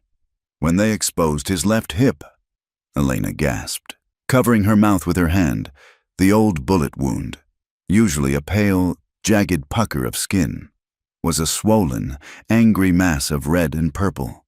The tissue around it was hard and hot to the touch, radiating heat like a stove. Red streaks were shooting up toward his ribs. "It is poisoned," Harlan said quietly. "The blood is poisoned." Caleb groaned, thrashing his head from side to side. "My knife, in the saddlebag. You cannot use a knife." "Caleb," Elena said, her voice shaking. "You're shaking too bad. Got to cut it," Caleb mumbled, his teeth chattering. "Drain it, or the fever takes the heart." He tried to sit up, his hand clawing for his belt, but his arm collapsed. He fell back, a cry of pain tearing from his throat. Harlan looked at Elena. "He is right, girl. If that pus doesn't come out, he is a dead man before morning. The infection is moving fast." "I cannot do it," Elena whispered, backing away. "I cannot cut him." "You have to," Harlan said grimly. "My hands are crippled with arthritis. I cannot hold a blade steady enough for this. It has to be you." Elena looked at Caleb. He was watching her, his slate-gray eyes lucid for a terrifying second. "Elena," he rasped. "Please." The storm slammed against the cabin walls, the wind howling like a banshee. The roof leaked in the corner. A steady drip, drip, drip that sounded like a clock counting down. Elena took a breath. She swallowed the bile rising in her throat. "Get the knife. Harlan? And the whiskey?" Harlan moved quickly. He retrieved Caleb's hunting knife, a long, sharp blade of carbon steel, and a flask of whiskey from the saddlebags. He poured the liquor over the blade, then handed the flask to Caleb. "Drink," Harlan said. "All of it." Caleb drank, coughing as the burning liquid hit his throat. He drained the flask and let it drop to the floor. Elena took the knife. Her hand was trembling violently. She looked at the angry, swollen flesh. She knew what she had to do. She had to slice deep through the scar tissue to find the pocket of infection. She had to hurt the only man who had ever shown her kindness. She couldn't do it. If she heard him scream, if she saw his face twist in agony caused by her hand, she would drop the knife. She would break. She looked around the room frantically. Her eyes landed on a piece of leather strapping hanging from a peg, part of an old bridle. "Give me that," she pointed. Harlan grabbed the strap and handed it to her. Elena cut a 6-inch section of the thick, stiff leather. She walked to the bunk and knelt beside Caleb. "Caleb," she said, her voice trembling. He looked at her. "Do it, Elena, I am going to," she said. Tears were spilling from her eyes now, hot tracks on her cold cheeks. "But I need you to help me." "Anything," he whispered. She held up the piece of leather. "Put it in my mouth," she begged. "Please." Caleb stared at her, confusion clouding his fevered gaze. "What?" "Put the strap in my mouth," Elena cried softly. "I need to bite down. If I scream, if I lose my nerve, I cannot stop. Caleb, I cannot stop once I start. Please, give me something to hold on to." Caleb understood. She wasn't asking for protection for herself. She was asking for a way to endure the pain of hurting him. She needed to anchor her own terror so she could save him. Slowly, with a shaking hand, Caleb reached up. He took the leather strap from her. His fingers brushed her lips. Gentle, calloused, burning with fever. "Open," he whispered. Elena opened her mouth. Caleb placed the thick leather between her teeth. She bit down on it, hard, the taste of salt and old tanning oil filling her mouth. She nodded at him, her jaw clenched tight, her eyes wide and terrified. Harlan moved to the head of the bunk. "I will hold his shoulders," he said. Elena looked at the wound. She took a breath through her nose. She tightened her grip on the knife handle until her knuckles were white. She bit down on the leather until her jaw ached. And she cut. Caleb's body bowed off the bunk, a guttural, animal sound tearing from his throat. Harlan threw his weight onto Caleb's chest, pinning him down. Elena did not look at Caleb's face. She couldn't. She focused entirely on the knife, on the resistance of the tough scar tissue, on the sudden release as the blade found the pocket. She bit into the leather so hard she felt her teeth shift. A scream was trapped in her throat, vibrating in her chest, but the strap held it in. She let the tears fall, blinding her, splashing onto Caleb's bare, burning skin. "Deeper," Harlan ordered. "You have to get it all." Elena sobbed through her nose, a high, keen sound, and pressed the knife deeper. Blood and corruption welled up, draining from the wound. Caleb stopped struggling. He went limp, his head lolling to the side, unconscious from the pain. "It is done," Harlan said, his voice gentle. "It is done. Girl." Elena dropped the knife. It clattered to the floor. She spat the leather strap out. It fell onto the blanket, marked with the deep indentations of her teeth. She collapsed forward, her forehead resting on Caleb's shoulder. Right next to the bandages, Harlan was now pressing against the wound. She shook uncontrollably, great racking sobs tearing through her body. She had hurt him. She had saved him. But the feeling of the knife cutting into his flesh would stay in her hands forever. "Easy now," Harlan said, placing a hand on her back. "You did good. He is breathing easier already." Elena couldn't speak.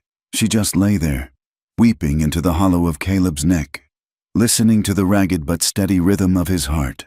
The storm raged all night, a relentless assault that made the cabin feel like a ship at sea. But inside, the crisis had passed. Harlan had retreated to the corner, wrapping himself in his bedroll and falling into the heavy sleep of the exhausted. The lamp had burned low, casting long, wavering shadows across the logs. Caleb lay on the bunk, pale and weak, but the fever heat was breaking. His skin was cool and clammy. Elena sat on a stool beside him, wrapped in a blanket. She was watching his chest rise and fall, her eyes swollen. Caleb shifted, a low groan escaping his lips. His eyes fluttered open. It took him a moment to focus. He looked at the ceiling, then turned his head to look at her. "Elena," he rasped. "Here," she whispered. "I am here." He tried to lift his hand. She caught it, pressing it to her cheek. His palm was rough, but his touch was gentle. "You stayed." He said, "I told you," she replied, her voice thick with emotion. "I am not running anymore." Caleb looked at her mouth. He saw the slight bruising on her lip where the leather strap had rubbed. He reached up and traced the line of her lip with his thumb. "I am sorry," he said. "Sorry." She laughed, a brittle, watery sound. "You almost died. I had to cut you. I am not afraid of pain," Caleb whispered. "I have lived with pain for 15 years. "Then what?" she asked. "I was afraid of losing you," he said. "When the fever took me, I wasn't seeing the war. I wasn't seeing the ranch. I saw the gate. I saw you walking away. That scared me more than the knife." Elena closed her eyes, turning her face into his palm. "There is no gate anymore." "Caleb," she said, "there is only this." She stood up and moved the stool.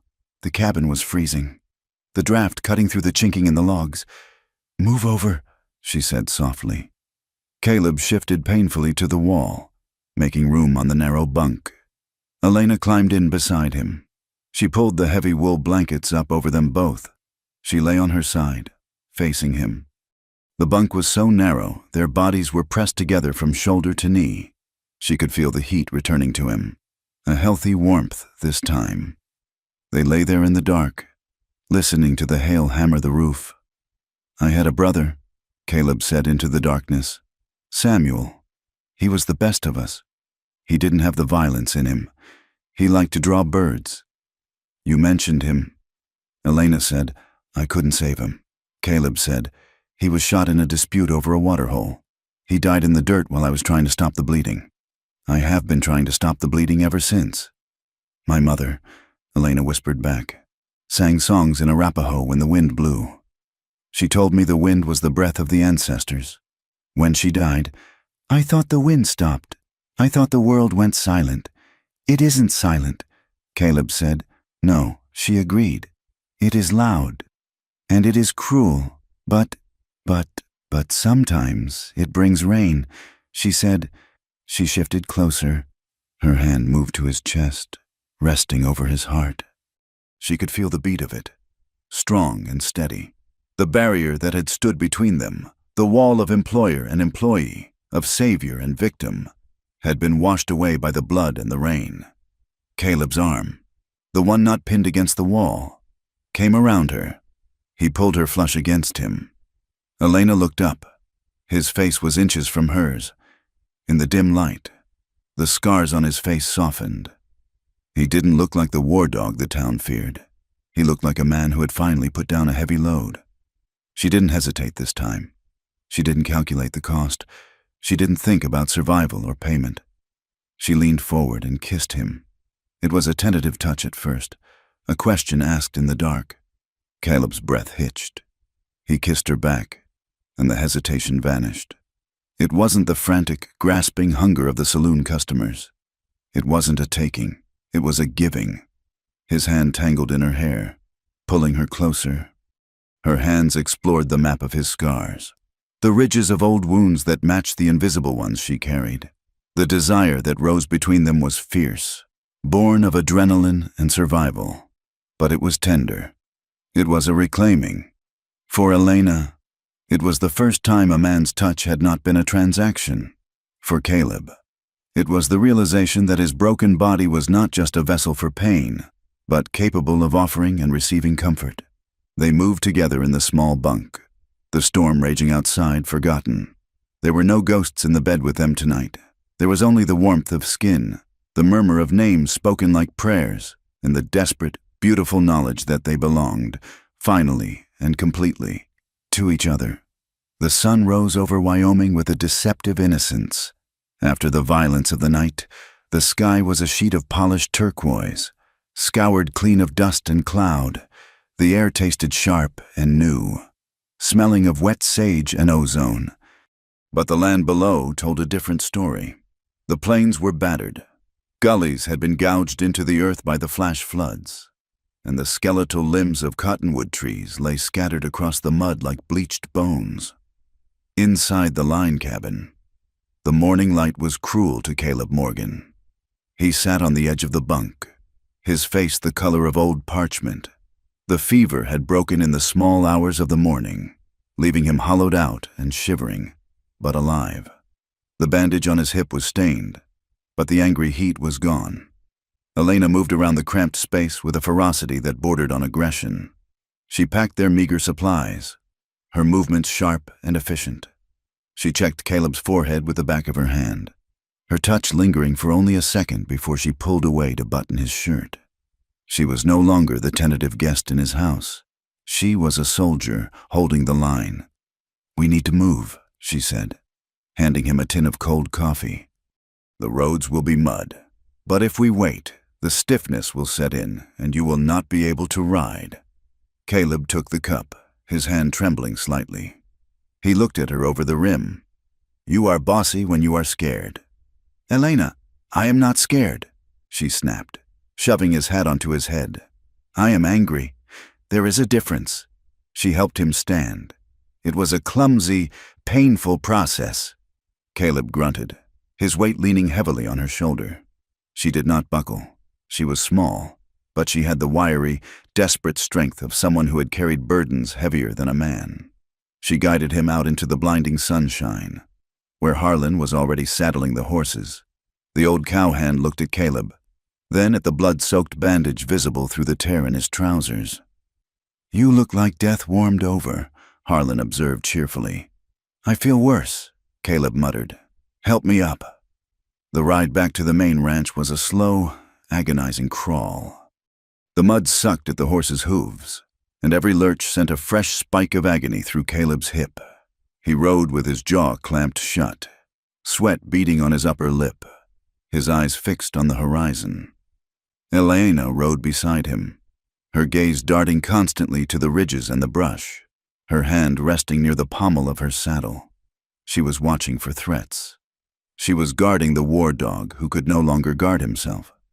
They crested the final rise that overlooked the ranch valley just past noon. Caleb pulled his horse up. Harlan stopped beside him. Mother of God. Harlan breathed. The storm had done its damage. Certainly.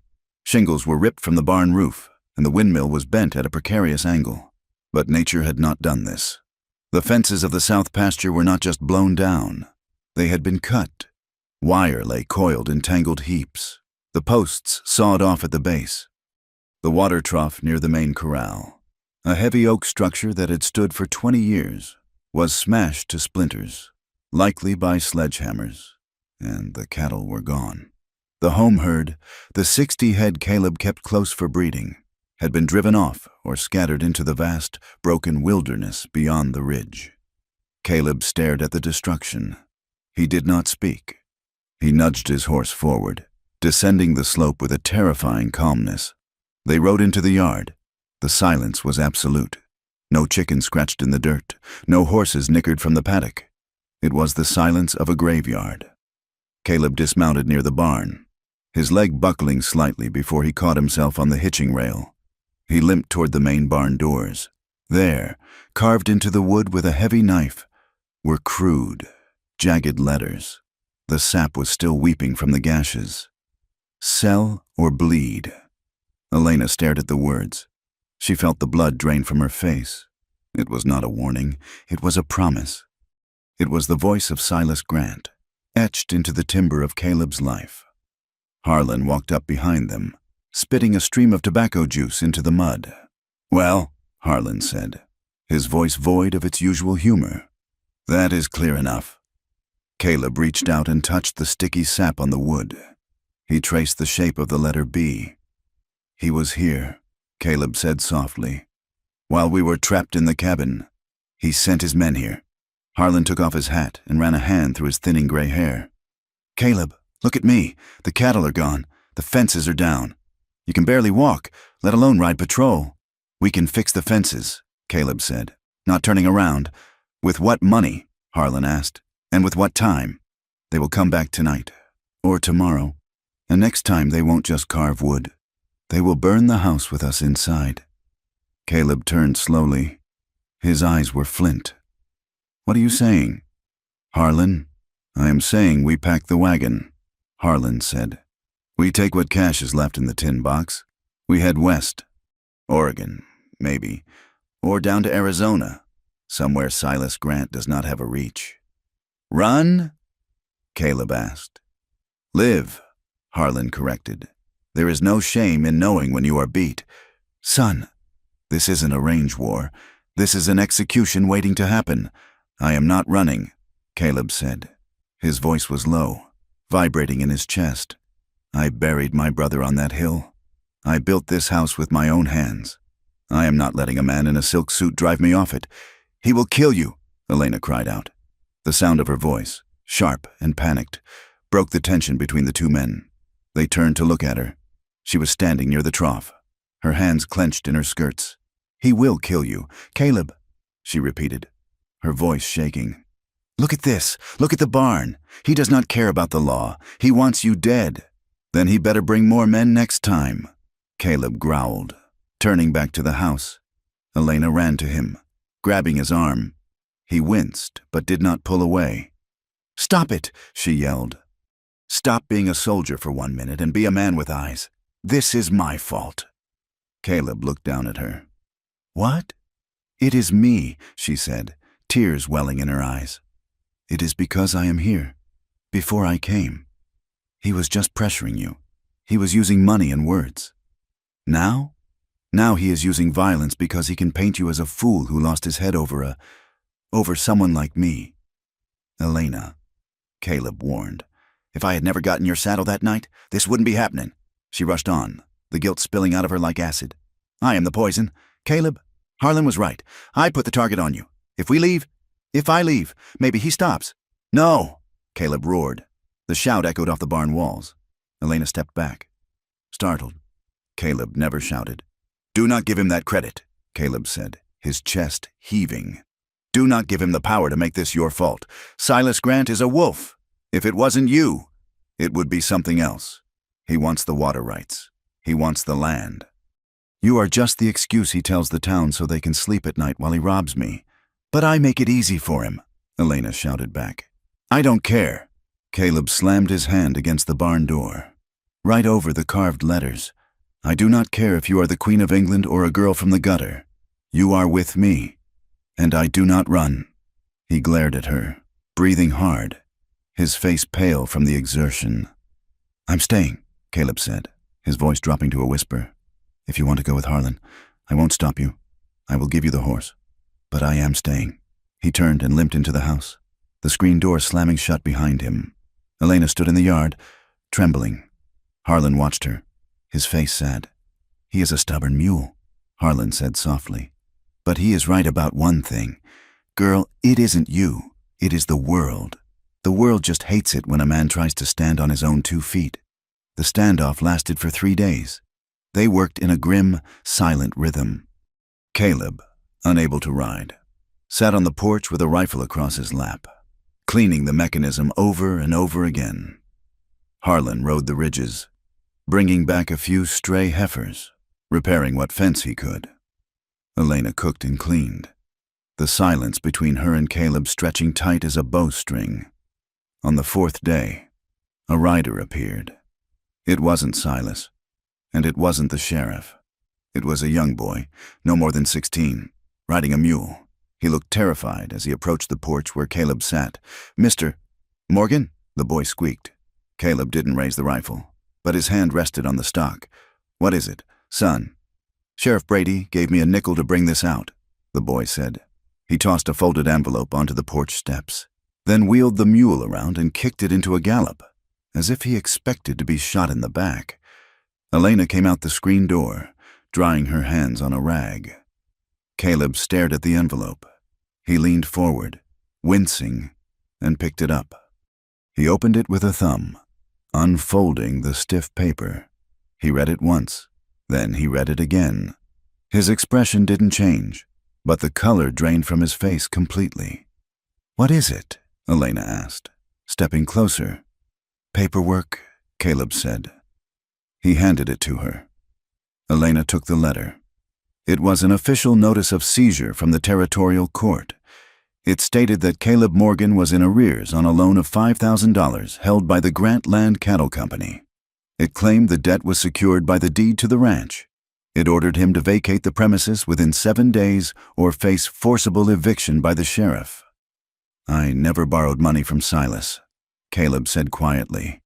I have never borrowed a dime from anyone in my life. They are forged, Elena said, scanning the document. Look at the date. This says you signed it 3 years ago. It is a lie, Caleb said. It is a lie with a judge's seal on it. Elena replied. Harlan came up the steps, reading the paper over Elena's shoulder. This is it. Then the sheriff isn't coming to arrest you for assault. He is coming to evict a squatter. If you fight him, you are shooting at the law. They will hang you, and they will feel righteous doing it. Caleb crumbled the paper in his fist. He looked out at the empty pasture. He had been ready to fight gunmen. He had been ready to hold the gate against a siege. But he didn't know how to fight a piece of paper. We have to go to the judge, Harlan said. Judge Halloway. Silas has dinner with Halloway every Sunday, Caleb said bitterly. You heard him. The game is rigged. Harlan. Elena stared at the paper. She thought about the cell or bleed carved on the barn. She thought about the boy with the broken nose. She thought about the look in Silas's eyes, the absolute certainty that he could crush them because they were nobody. We are not the only ones, she said. Caleb looked up. What? Silas didn't just appear out of nowhere. Elena said, her mind racing. He has been buying up this valley for 2 years. Henderson at the store said he bullied the Higgins family. The widow Miller lost her farm last winter. They sold out, Caleb said. Did they? Elena asked. Or were they pushed? Were they threatened? Did they have papers like this show up on their doorstep? Caleb shook his head. It doesn't matter. They are gone, or they are too scared to talk. Fear works because people are alone. Elena said. She turned to face him, her eyes blazing. You said you were a war dog. Caleb, you said you were an outcast. You think that makes you weak, but Silas thinks we are weak because we are silent. What are you proposing? Caleb asked. We go to town, Elena said. Not to shoot, to talk. We find the people Silas has hurt. We get them to write it down. We get them to sign their names. One man claiming forgery is a desperate debtor. 10 people claiming fraud. That is a conspiracy. Even a crooked judge cannot ignore a dozen witnesses if we make enough noise. Caleb laughed, a harsh, barking sound. You want to gather a posse of widows and shopkeepers? You think they will stand up for me? For us? No, Elena said firmly. I think they will stand up for themselves. We just have to give them a reason. It is suicide, Caleb said. We ride into town. Silas will have us arrested before we talk to a soul. Let him try. Elena said. If he arrests us for asking questions, he proves he has something to hide. She knelt in front of his chair, taking his rough hand in hers. Caleb, hiding has never saved me. I hid in that kitchen. I hid in the alley. I hid in my room. It never stopped them. The only time they stopped was when you stood in the street and looked them in the eye. We have to look the town in the eye. Caleb looked at her. He saw the bruises on her soul, the fear she lived with every day. And yet, she was asking to walk back into the fire. You really believe this can work? He asked. I believe the truth is the only weapon we have left, she said. Caleb looked at Harlan. The old man shrugged. It is a long shot, Caleb, but it beats dying in a shootout at the barn door. Caleb took a deep breath. He stood up, testing his weight on his bad leg. The pain was there, sharp and familiar, but his legs held. Saddle the horses, he said. The ride into Red Creek was different this time. They did not ride fast. They rode at a walk, side by side. Caleb sat tall in the saddle, despite the pain gnawing at his hip. Elena rode a mare Harlan had saddled for her, wearing a clean shirt of Caleb's that she had taken in at the waist. She wore no bonnet. She wanted them to see her face. They passed the town limits at midday. The street was busy. As they moved down the main thoroughfare, conversation died. The silence rippled outward from them like a wave. They stopped in front of the livery stable first. Why here? Caleb asked. Mr. Abernathy, Elena said, the blacksmith. Silas's men beat his son last month. I heard them laughing about it in the saloon. They said the boy refused to shoe Silas's horses for free. They dismounted. Elena's legs felt like jelly, but she walked into the smoky interior of the smithy with her head high. Abernathy was a giant of a man with arms like tree trunks, hammering on a horseshoe. He stopped when he saw them. He looked at Caleb, then at Elena. His eyes narrowed. I don't want no trouble. Morgan, Abernathy grunted. We don't want trouble either. Mr. Abernathy, Elena said. Her voice was clear, cutting through the ringing of the anvil. We want to know if it is true that Silas Grant's men broke your son's arm. Abernathy dropped his hammer. Who told you that? It doesn't matter, Elena said. Silas is trying to take Caleb's ranch with forged papers. He says Caleb owes him money. We are going to the territorial judge, but we need to show that Silas is a liar and a thief. Abernathy wiped his soot-stained hands on his apron. You go against Silas, you get crushed, my boy. He is still in a sling. And next time? Elena asked. What will they break next time? If you say nothing. You are giving them permission to do it again. Abernathy looked at the ground. He looked at the fire in his forge. Then he looked at Caleb. Is it true? Abernathy asked. About the papers. He claims I signed a note for $5,000. Caleb said. I never took a dime. Abernathy spat into the fire. He came here offering to buy my forge for 10 cents on the dollar. Said if I didn't sell, accidents happen. Will you write that down? Elena asked. Will you sign it? Abernathy hesitated. Then he nodded. I ain't much with words, but I will make my mark. They went from door to door. It was a slow, agonizing process. Many slammed their doors in Elena's face. Some spat on the ground as they passed. But some listened. They found the widow Miller living in a small shack behind the church, washing clothes for a living. She was a frail woman with eyes hard as agates.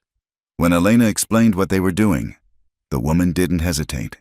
He killed my husband as sure as if he shot him.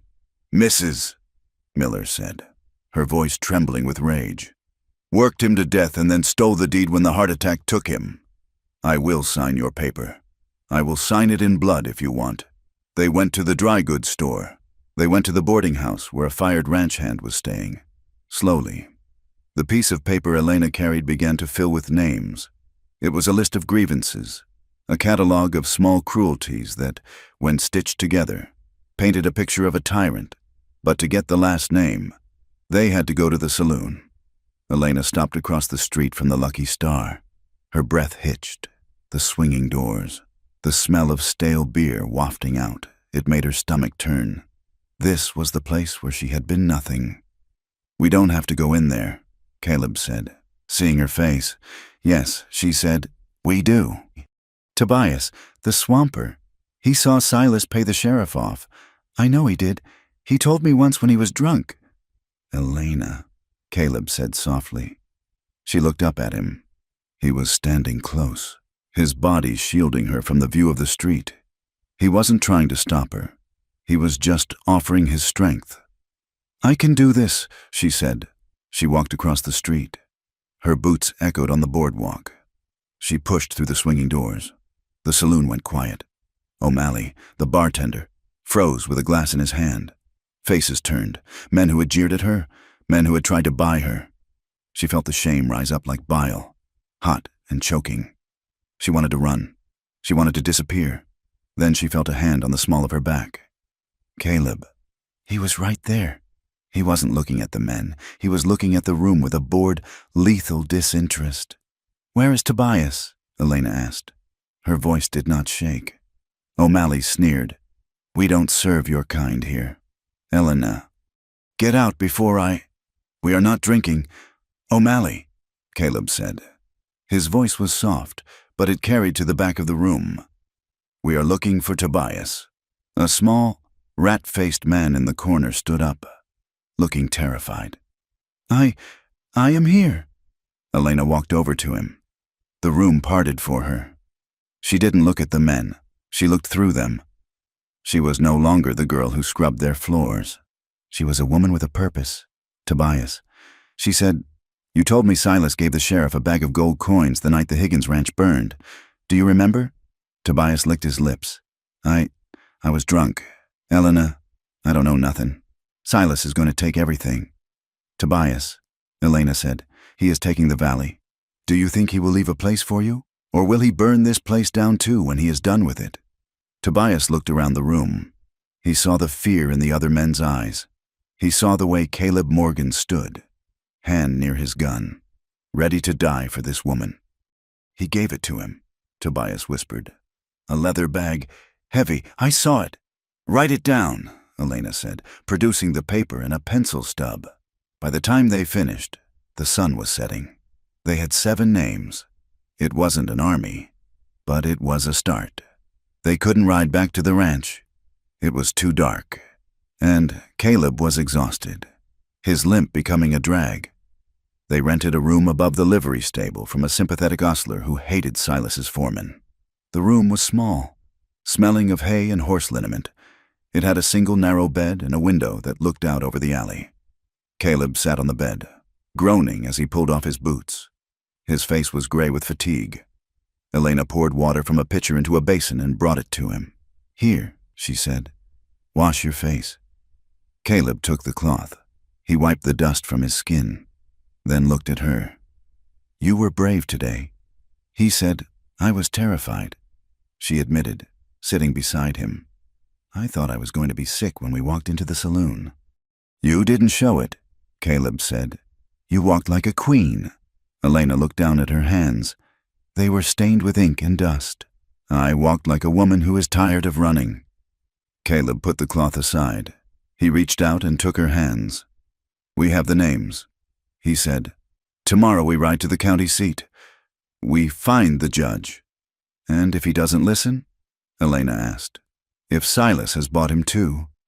Caleb was silent for a moment. "Then we go down fighting, but we go down together." The reality of it hung in the room. They were standing on the edge of a cliff. The papers might work, or they might just be kindling for the fire that would consume them. Elena blew out the lamp. The room plunged into darkness, lit only by the moonlight filtering through the slats of the wall. She turned to him. She didn't want to talk about judges or gunmen or tomorrow. She wanted to feel alive right now. "Caleb," she whispered. He pulled her to him. They fell back onto the straw mattress, limbs tangling. The exhaustion that had weighed them down vanished, replaced by a desperate, frantic need. They clung to each other as if the world were dissolving outside the door. His hands were rough on her skin, desperate to memorize the shape of her. Her hands were in his hair, pulling him closer, anchoring him to the earth. It was not a gentle love-making. It was intense, driven by the shadow of the noose and the gun. They moved together with a fierce urgency, a silent language of survival. Every touch was a defiance of the death that waited for them. Every breath was a claim. "I am here, you are here, we are alive." Later, lying in the dark, their breathing slowing, Caleb kissed her forehead. His arm was draped over her, a heavy, protective weight. "I love you," he whispered into the dark. It was the first time he had said it. Elena closed her eyes, tears leaking out to wet the pillow. "I know," she said. "I know." And outside, the wind picked up again, rattling the eaves, whispering that morning was coming, and with it, the reckoning. The dawn did not break with the promise of light. It broke with the sharp, cracking sound of a rifle shot that shattered the stillness of the valley. It was the hour when the world was gray, that suspended moment between the retreat of the night and the arrival of the sun. Caleb Morgan had been awake for an hour, sitting at the kitchen table with a cup of cold coffee, watching the yard through the window. He had been expecting them. Silas Grant was not a man to let a challenge go unanswered, and the petition Elena and Caleb had circulated in town was not just a challenge. It was a declaration of war. But the shot did not hit the house. It hit the man standing by the barn door. Harlan had gone out to check the horses. Caleb saw the old man spin around, clutching his shoulder, before crumpling into the dust. "Harlan!" Caleb roared, kicking his chair back. He grabbed his Winchester from the table and burst out the back door, ignoring the stab of pain in his hip. Elena was right behind him, a heavy revolver in her hand. Another shot kicked up dirt near Caleb's boot. The gunmen were positioned on the ridge, silhouettes against the lightening sky. Cowards firing from the dark. "Get him inside," Caleb yelled, returning fire blindly toward the ridge to keep the shooters' heads down. Elena ran to Harlan. The old cowhand was groaning, blood seeping through his fingers. She grabbed him by the back of his vest and dragged him toward the safety of the tack room, her strength fueled by pure adrenaline. Then came the smell. It was the acrid, terrifying scent of kerosene. A torch arced through the air from the blind side of the barn, trailing smoke like a dying comet. It landed in the main haystack near the corral. The dry winter grass caught instantly. A whoosh of sound followed, and a wall of orange flame leaped toward the roof of the barn. "The fire!" Elena screamed from the doorway. Caleb looked at the ridge, then at the fire. The shooters had stopped firing. Their job was done. They had lit the fuse and were retreating, leaving the destruction to finish the work. Caleb dropped his rifle and ran for the water troughs. They were half empty from the drought, but there were buckets. "Start the line," he shouted. For the next 2 hours, the war was not against men, but against the elements. The fire roared like a living beast, hungry and mindless. It ate the haystack and licked at the weathered siding of the barn. The heat was blistering, drying the sweat on their skin instantly. Caleb and Elena fought side by side. They hauled buckets until their arms screamed. They beat at the flames with wet saddle blankets, coughing in the thick, black smoke that rolled over them, choking out the air. The sky turned a bruised orange, ash falling around them like dark snow, coating their faces in soot. The cattle in the lower pen panicked, crashing against the rails. Caleb ran to the gate, throwing it open to let them scatter into the pasture rather than burn. 3 of the calves were trampled in the chaos, and an old steer lay dead near the fence, its heart having given out in the terror. By the time the sun fully breached the horizon, the fire was dead. The barn stood, scorched and blackened on one side, but still standing. The haystack was a smoldering pile of black ash. Caleb slumped against the water trough, his chest heaving. He looked like a demon from the pit, his face black, his eyes red-rimmed. Elena sat on the ground nearby, her dress ruined, her hands blistered. "We saved it," she wheezed. Caleb didn't answer. He pushed himself off the trough and limped to the tack room. Harlan was lying on a pile of saddle blankets. His face was gray. The bullet had passed through the meat of his shoulder, missing the bone but tearing muscle and blood vessel. He had lost a lot of blood. "Silas," Harlan whispered, his voice thin and reedy. Caleb knelt beside him. "Rest. Harlan, we will get the doctor." "Not for me," Harlan gasped. "Save the land. Caleb, don't let the bastard win." The attack on the Morgan ranch did not have the effect Silas Grant had intended. He had meant to break Caleb's spirit and terrify the town into silence. Instead, the sight of the smoke rising from the valley acted as a signal fire. Word spread through Red Creek before noon. The story traveled from the blacksmith to the general store, from the wash house to the saloon. They shot the old man. They tried to burn them out. Some people, the ones who clung to their prejudices like a shield, still whispered that Caleb had brought it on himself. They said a man who lived with a fallen woman was inviting the devil to his doorstep, but others were quiet.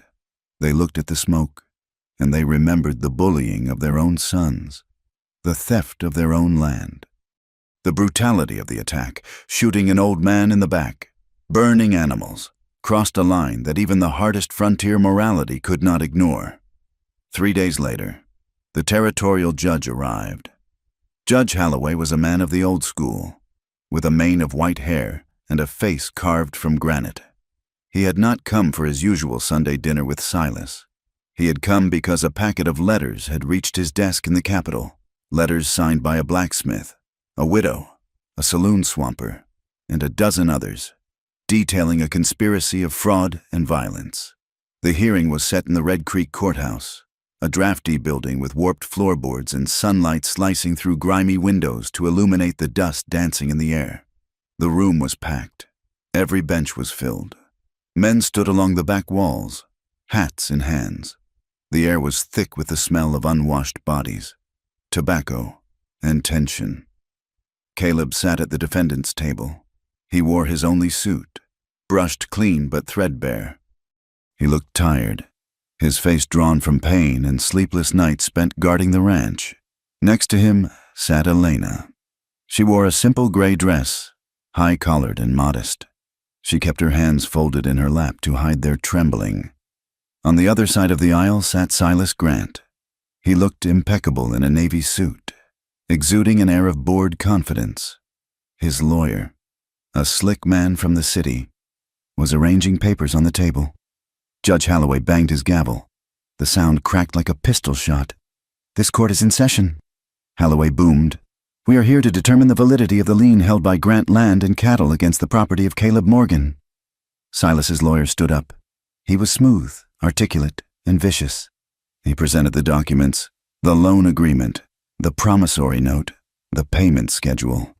He painted a picture of Caleb as a failing rancher, a man whose judgment had been eroded by isolation and war trauma. "Mr. Morgan is a tragic figure," the lawyer said, pacing the floor. "He is a man who cannot manage his own affairs, and recently he has fallen under the influence of certain unsavory elements." He gestured vaguely toward Elena, a gesture of dismissal and disgust. Reverend Thorne was called to the stand. The preacher swelled with self-importance. "It is a moral decay." "Your Honor," Thorne intoned, looking at the ceiling as if seeking divine approval. "Mr. Morgan has taken a woman of ill repute into his home, a woman known to sell her affections. This relationship has clouded his mind. He fights in the streets. He defies the law. It is the natural consequence of sin." The room murmured. Heads turned to look at Elena. She felt the weight of their judgment, heavy and suffocating. She saw the ladies of the town whispering behind their fans. She saw the men smirking. Caleb shifted in his chair, his jaw tightening. He started to stand, to defend her, but Elena placed a hand on his arm. "No," she whispered. "This is my fight." When it was the defense's turn, Caleb stood up. "I have no lawyer, Your Honor." Caleb said, "I speak for myself, and I have a witness." He looked at Elena. She stood up. Her legs felt like water, but she walked to the witness chair. She sat down, smoothing her skirts. She looked at the judge, then at the crowd. "State your name," the judge said. "Elena Marquez," she said. Her voice was quiet.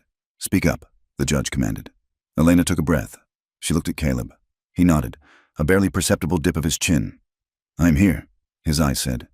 "My name is Elena Marquez," she said, her voice ringing clear and steady. "And what is your relation to the defendant?" Silas's lawyer asked. Sneering. "I work for him," Elena said. "I cook his meals. I tend his house. And I love him."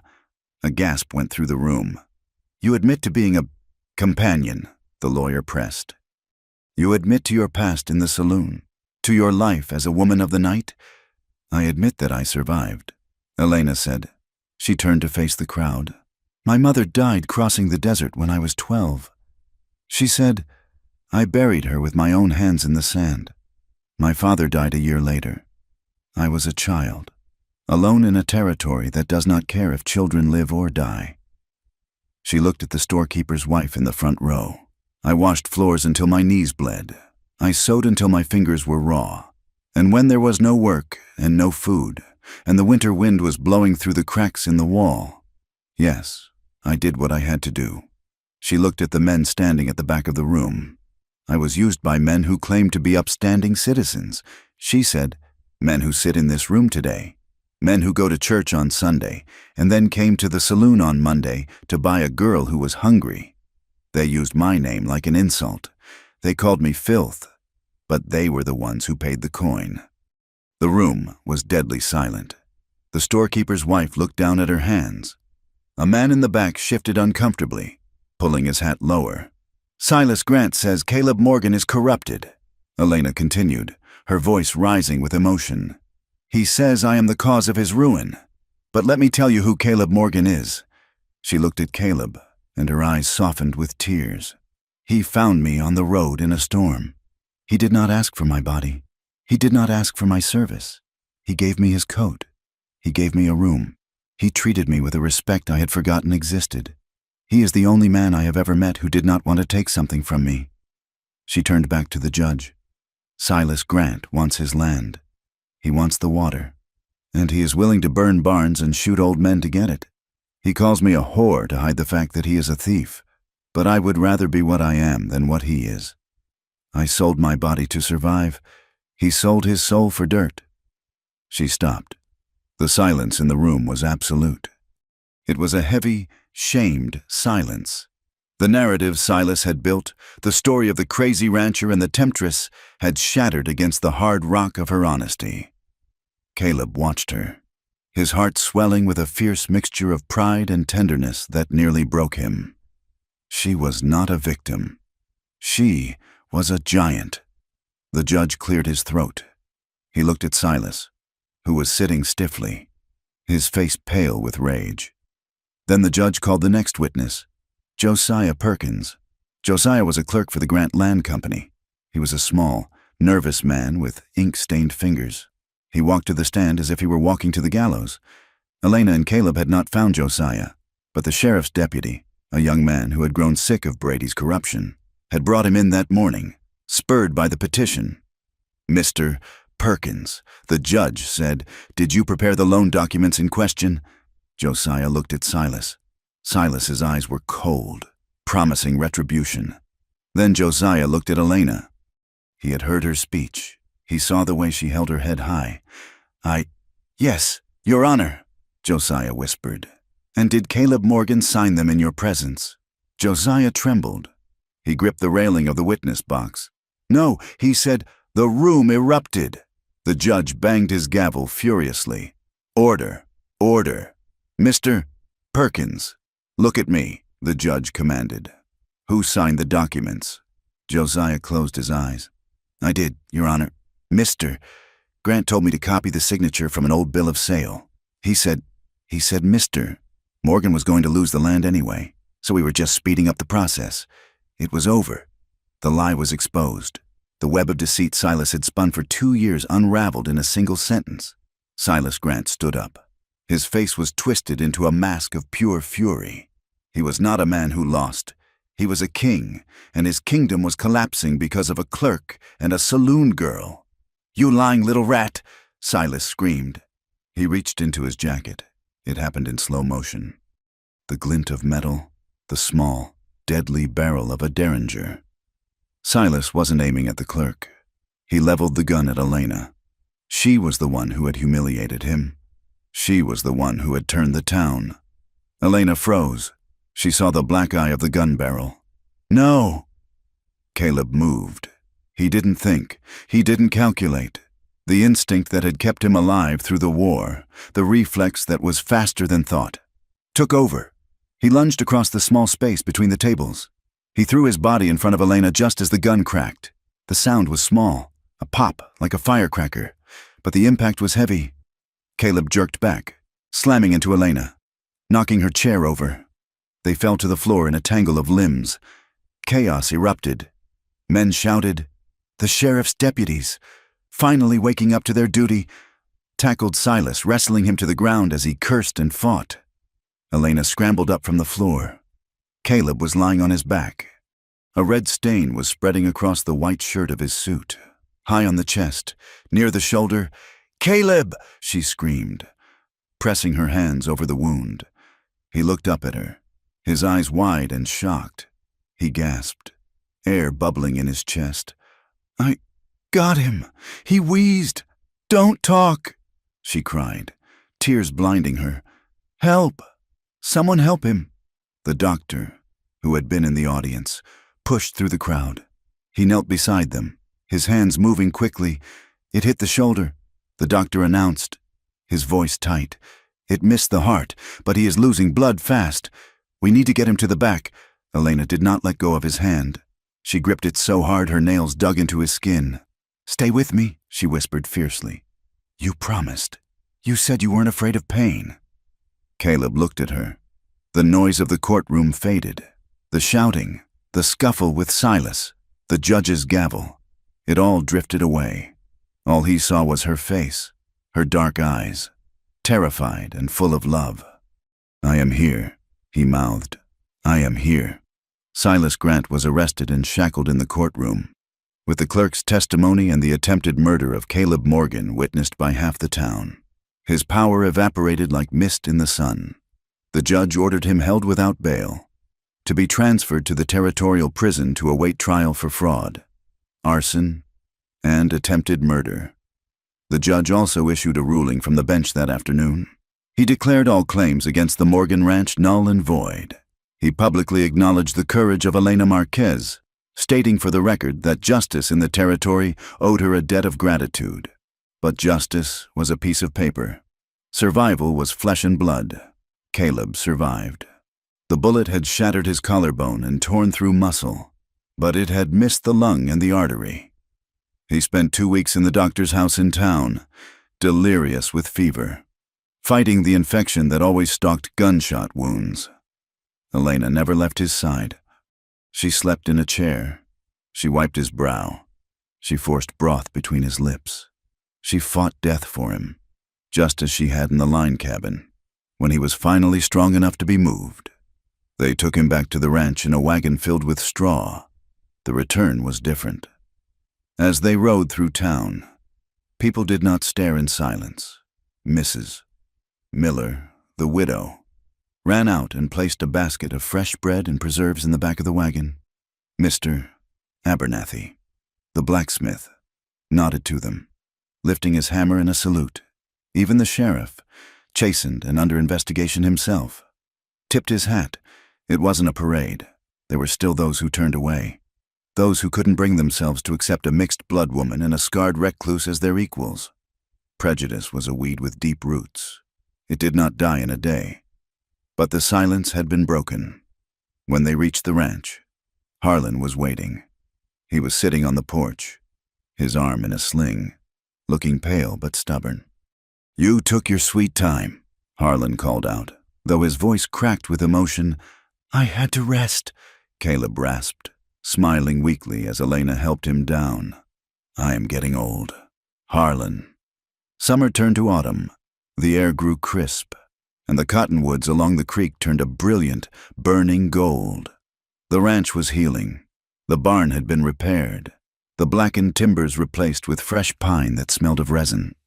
The fences were up. The cattle, gathered slowly from the hills, were fattening on the autumn grass. One evening, as the sun began its descent, Caleb and Elena walked up to the high ridge overlooking the valley. Caleb moved slowly, his limp more pronounced, his left arm stiff in its movement. The gunshot had left him with a limited range of motion and another deep scar to add to his collection. They stood side by side, watching the light change. The sky was smeared with gold and crimson, a masterpiece of western twilight. The wind was blowing, but it was no longer a threat. It carried the scent of dry grass and cooling earth. Caleb took a deep breath, wincing slightly as the scar tissue pulled. "I have paid a high price for loving you, Elena Marquez," he said quietly. Elena looked at him. She saw the new lines in his face, the gray in his beard, the stiffness of his shoulder. Blood. Caleb listed. Broken bone. My reputation, and the last of my illusions that I could live alone. Elena reached out and took his hand. Her own hands were rough, scarred from work, but strong. "And I?" she asked. "What have I paid?" Caleb looked at her. He saw the woman who had walked into a courtroom and stripped her soul bare to save him. "You paid with your silence." He said, "You gave up the safety of hiding." Elena looked out at the vast rolling plains. "I have paid all my life just to be allowed to stand somewhere without shame," she said softly. "I paid with my body. I paid with my dignity. But today I stood in the general store and bought flour, and no one looked at me like I was dirt." She squeezed his hand. "That is worth the blood. Caleb, it is worth everything." Caleb turned to her. He lifted his good hand and cupped her face. The love he felt for her was not the fiery, reckless passion of youth. It was something harder, more durable. It was the love of two people who had seen the worst of the world and chosen each other anyway. "You are my home, Elena," he said. "Not this house, not this land. You, and you are mine," she whispered. They stood there as the sun dipped below the horizon, plunging the world into the velvet blue of twilight. They were two damaged souls, scarred by war and poverty and cruelty. They would never be whole in the way innocent people were whole. They would always carry the ghosts of the past. But as the first stars appeared in the vast Wyoming sky, they turned and walked back down the hill toward the ranch house, where a warm, yellow light spilled from the windows. They walked together, their steps matching, a quiet, enduring flame in the darkness, proof that they had survived the fire and found a way to build a life where they belonged only to each other. Thank you for listening to this story of Caleb and Elena. It has been a journey through the dust and the heartache of the American West, and I am grateful you rode along with me until the very end. I would love to know where you are listening from. Please leave a comment below and share your location. If this story touched you, I encourage you to subscribe to From Wild West for more tales of love, survival, and the enduring human spirit on the frontier. Please share your thoughts in English. I read every one of them. Until next time, keep your fences mended and your powder dry.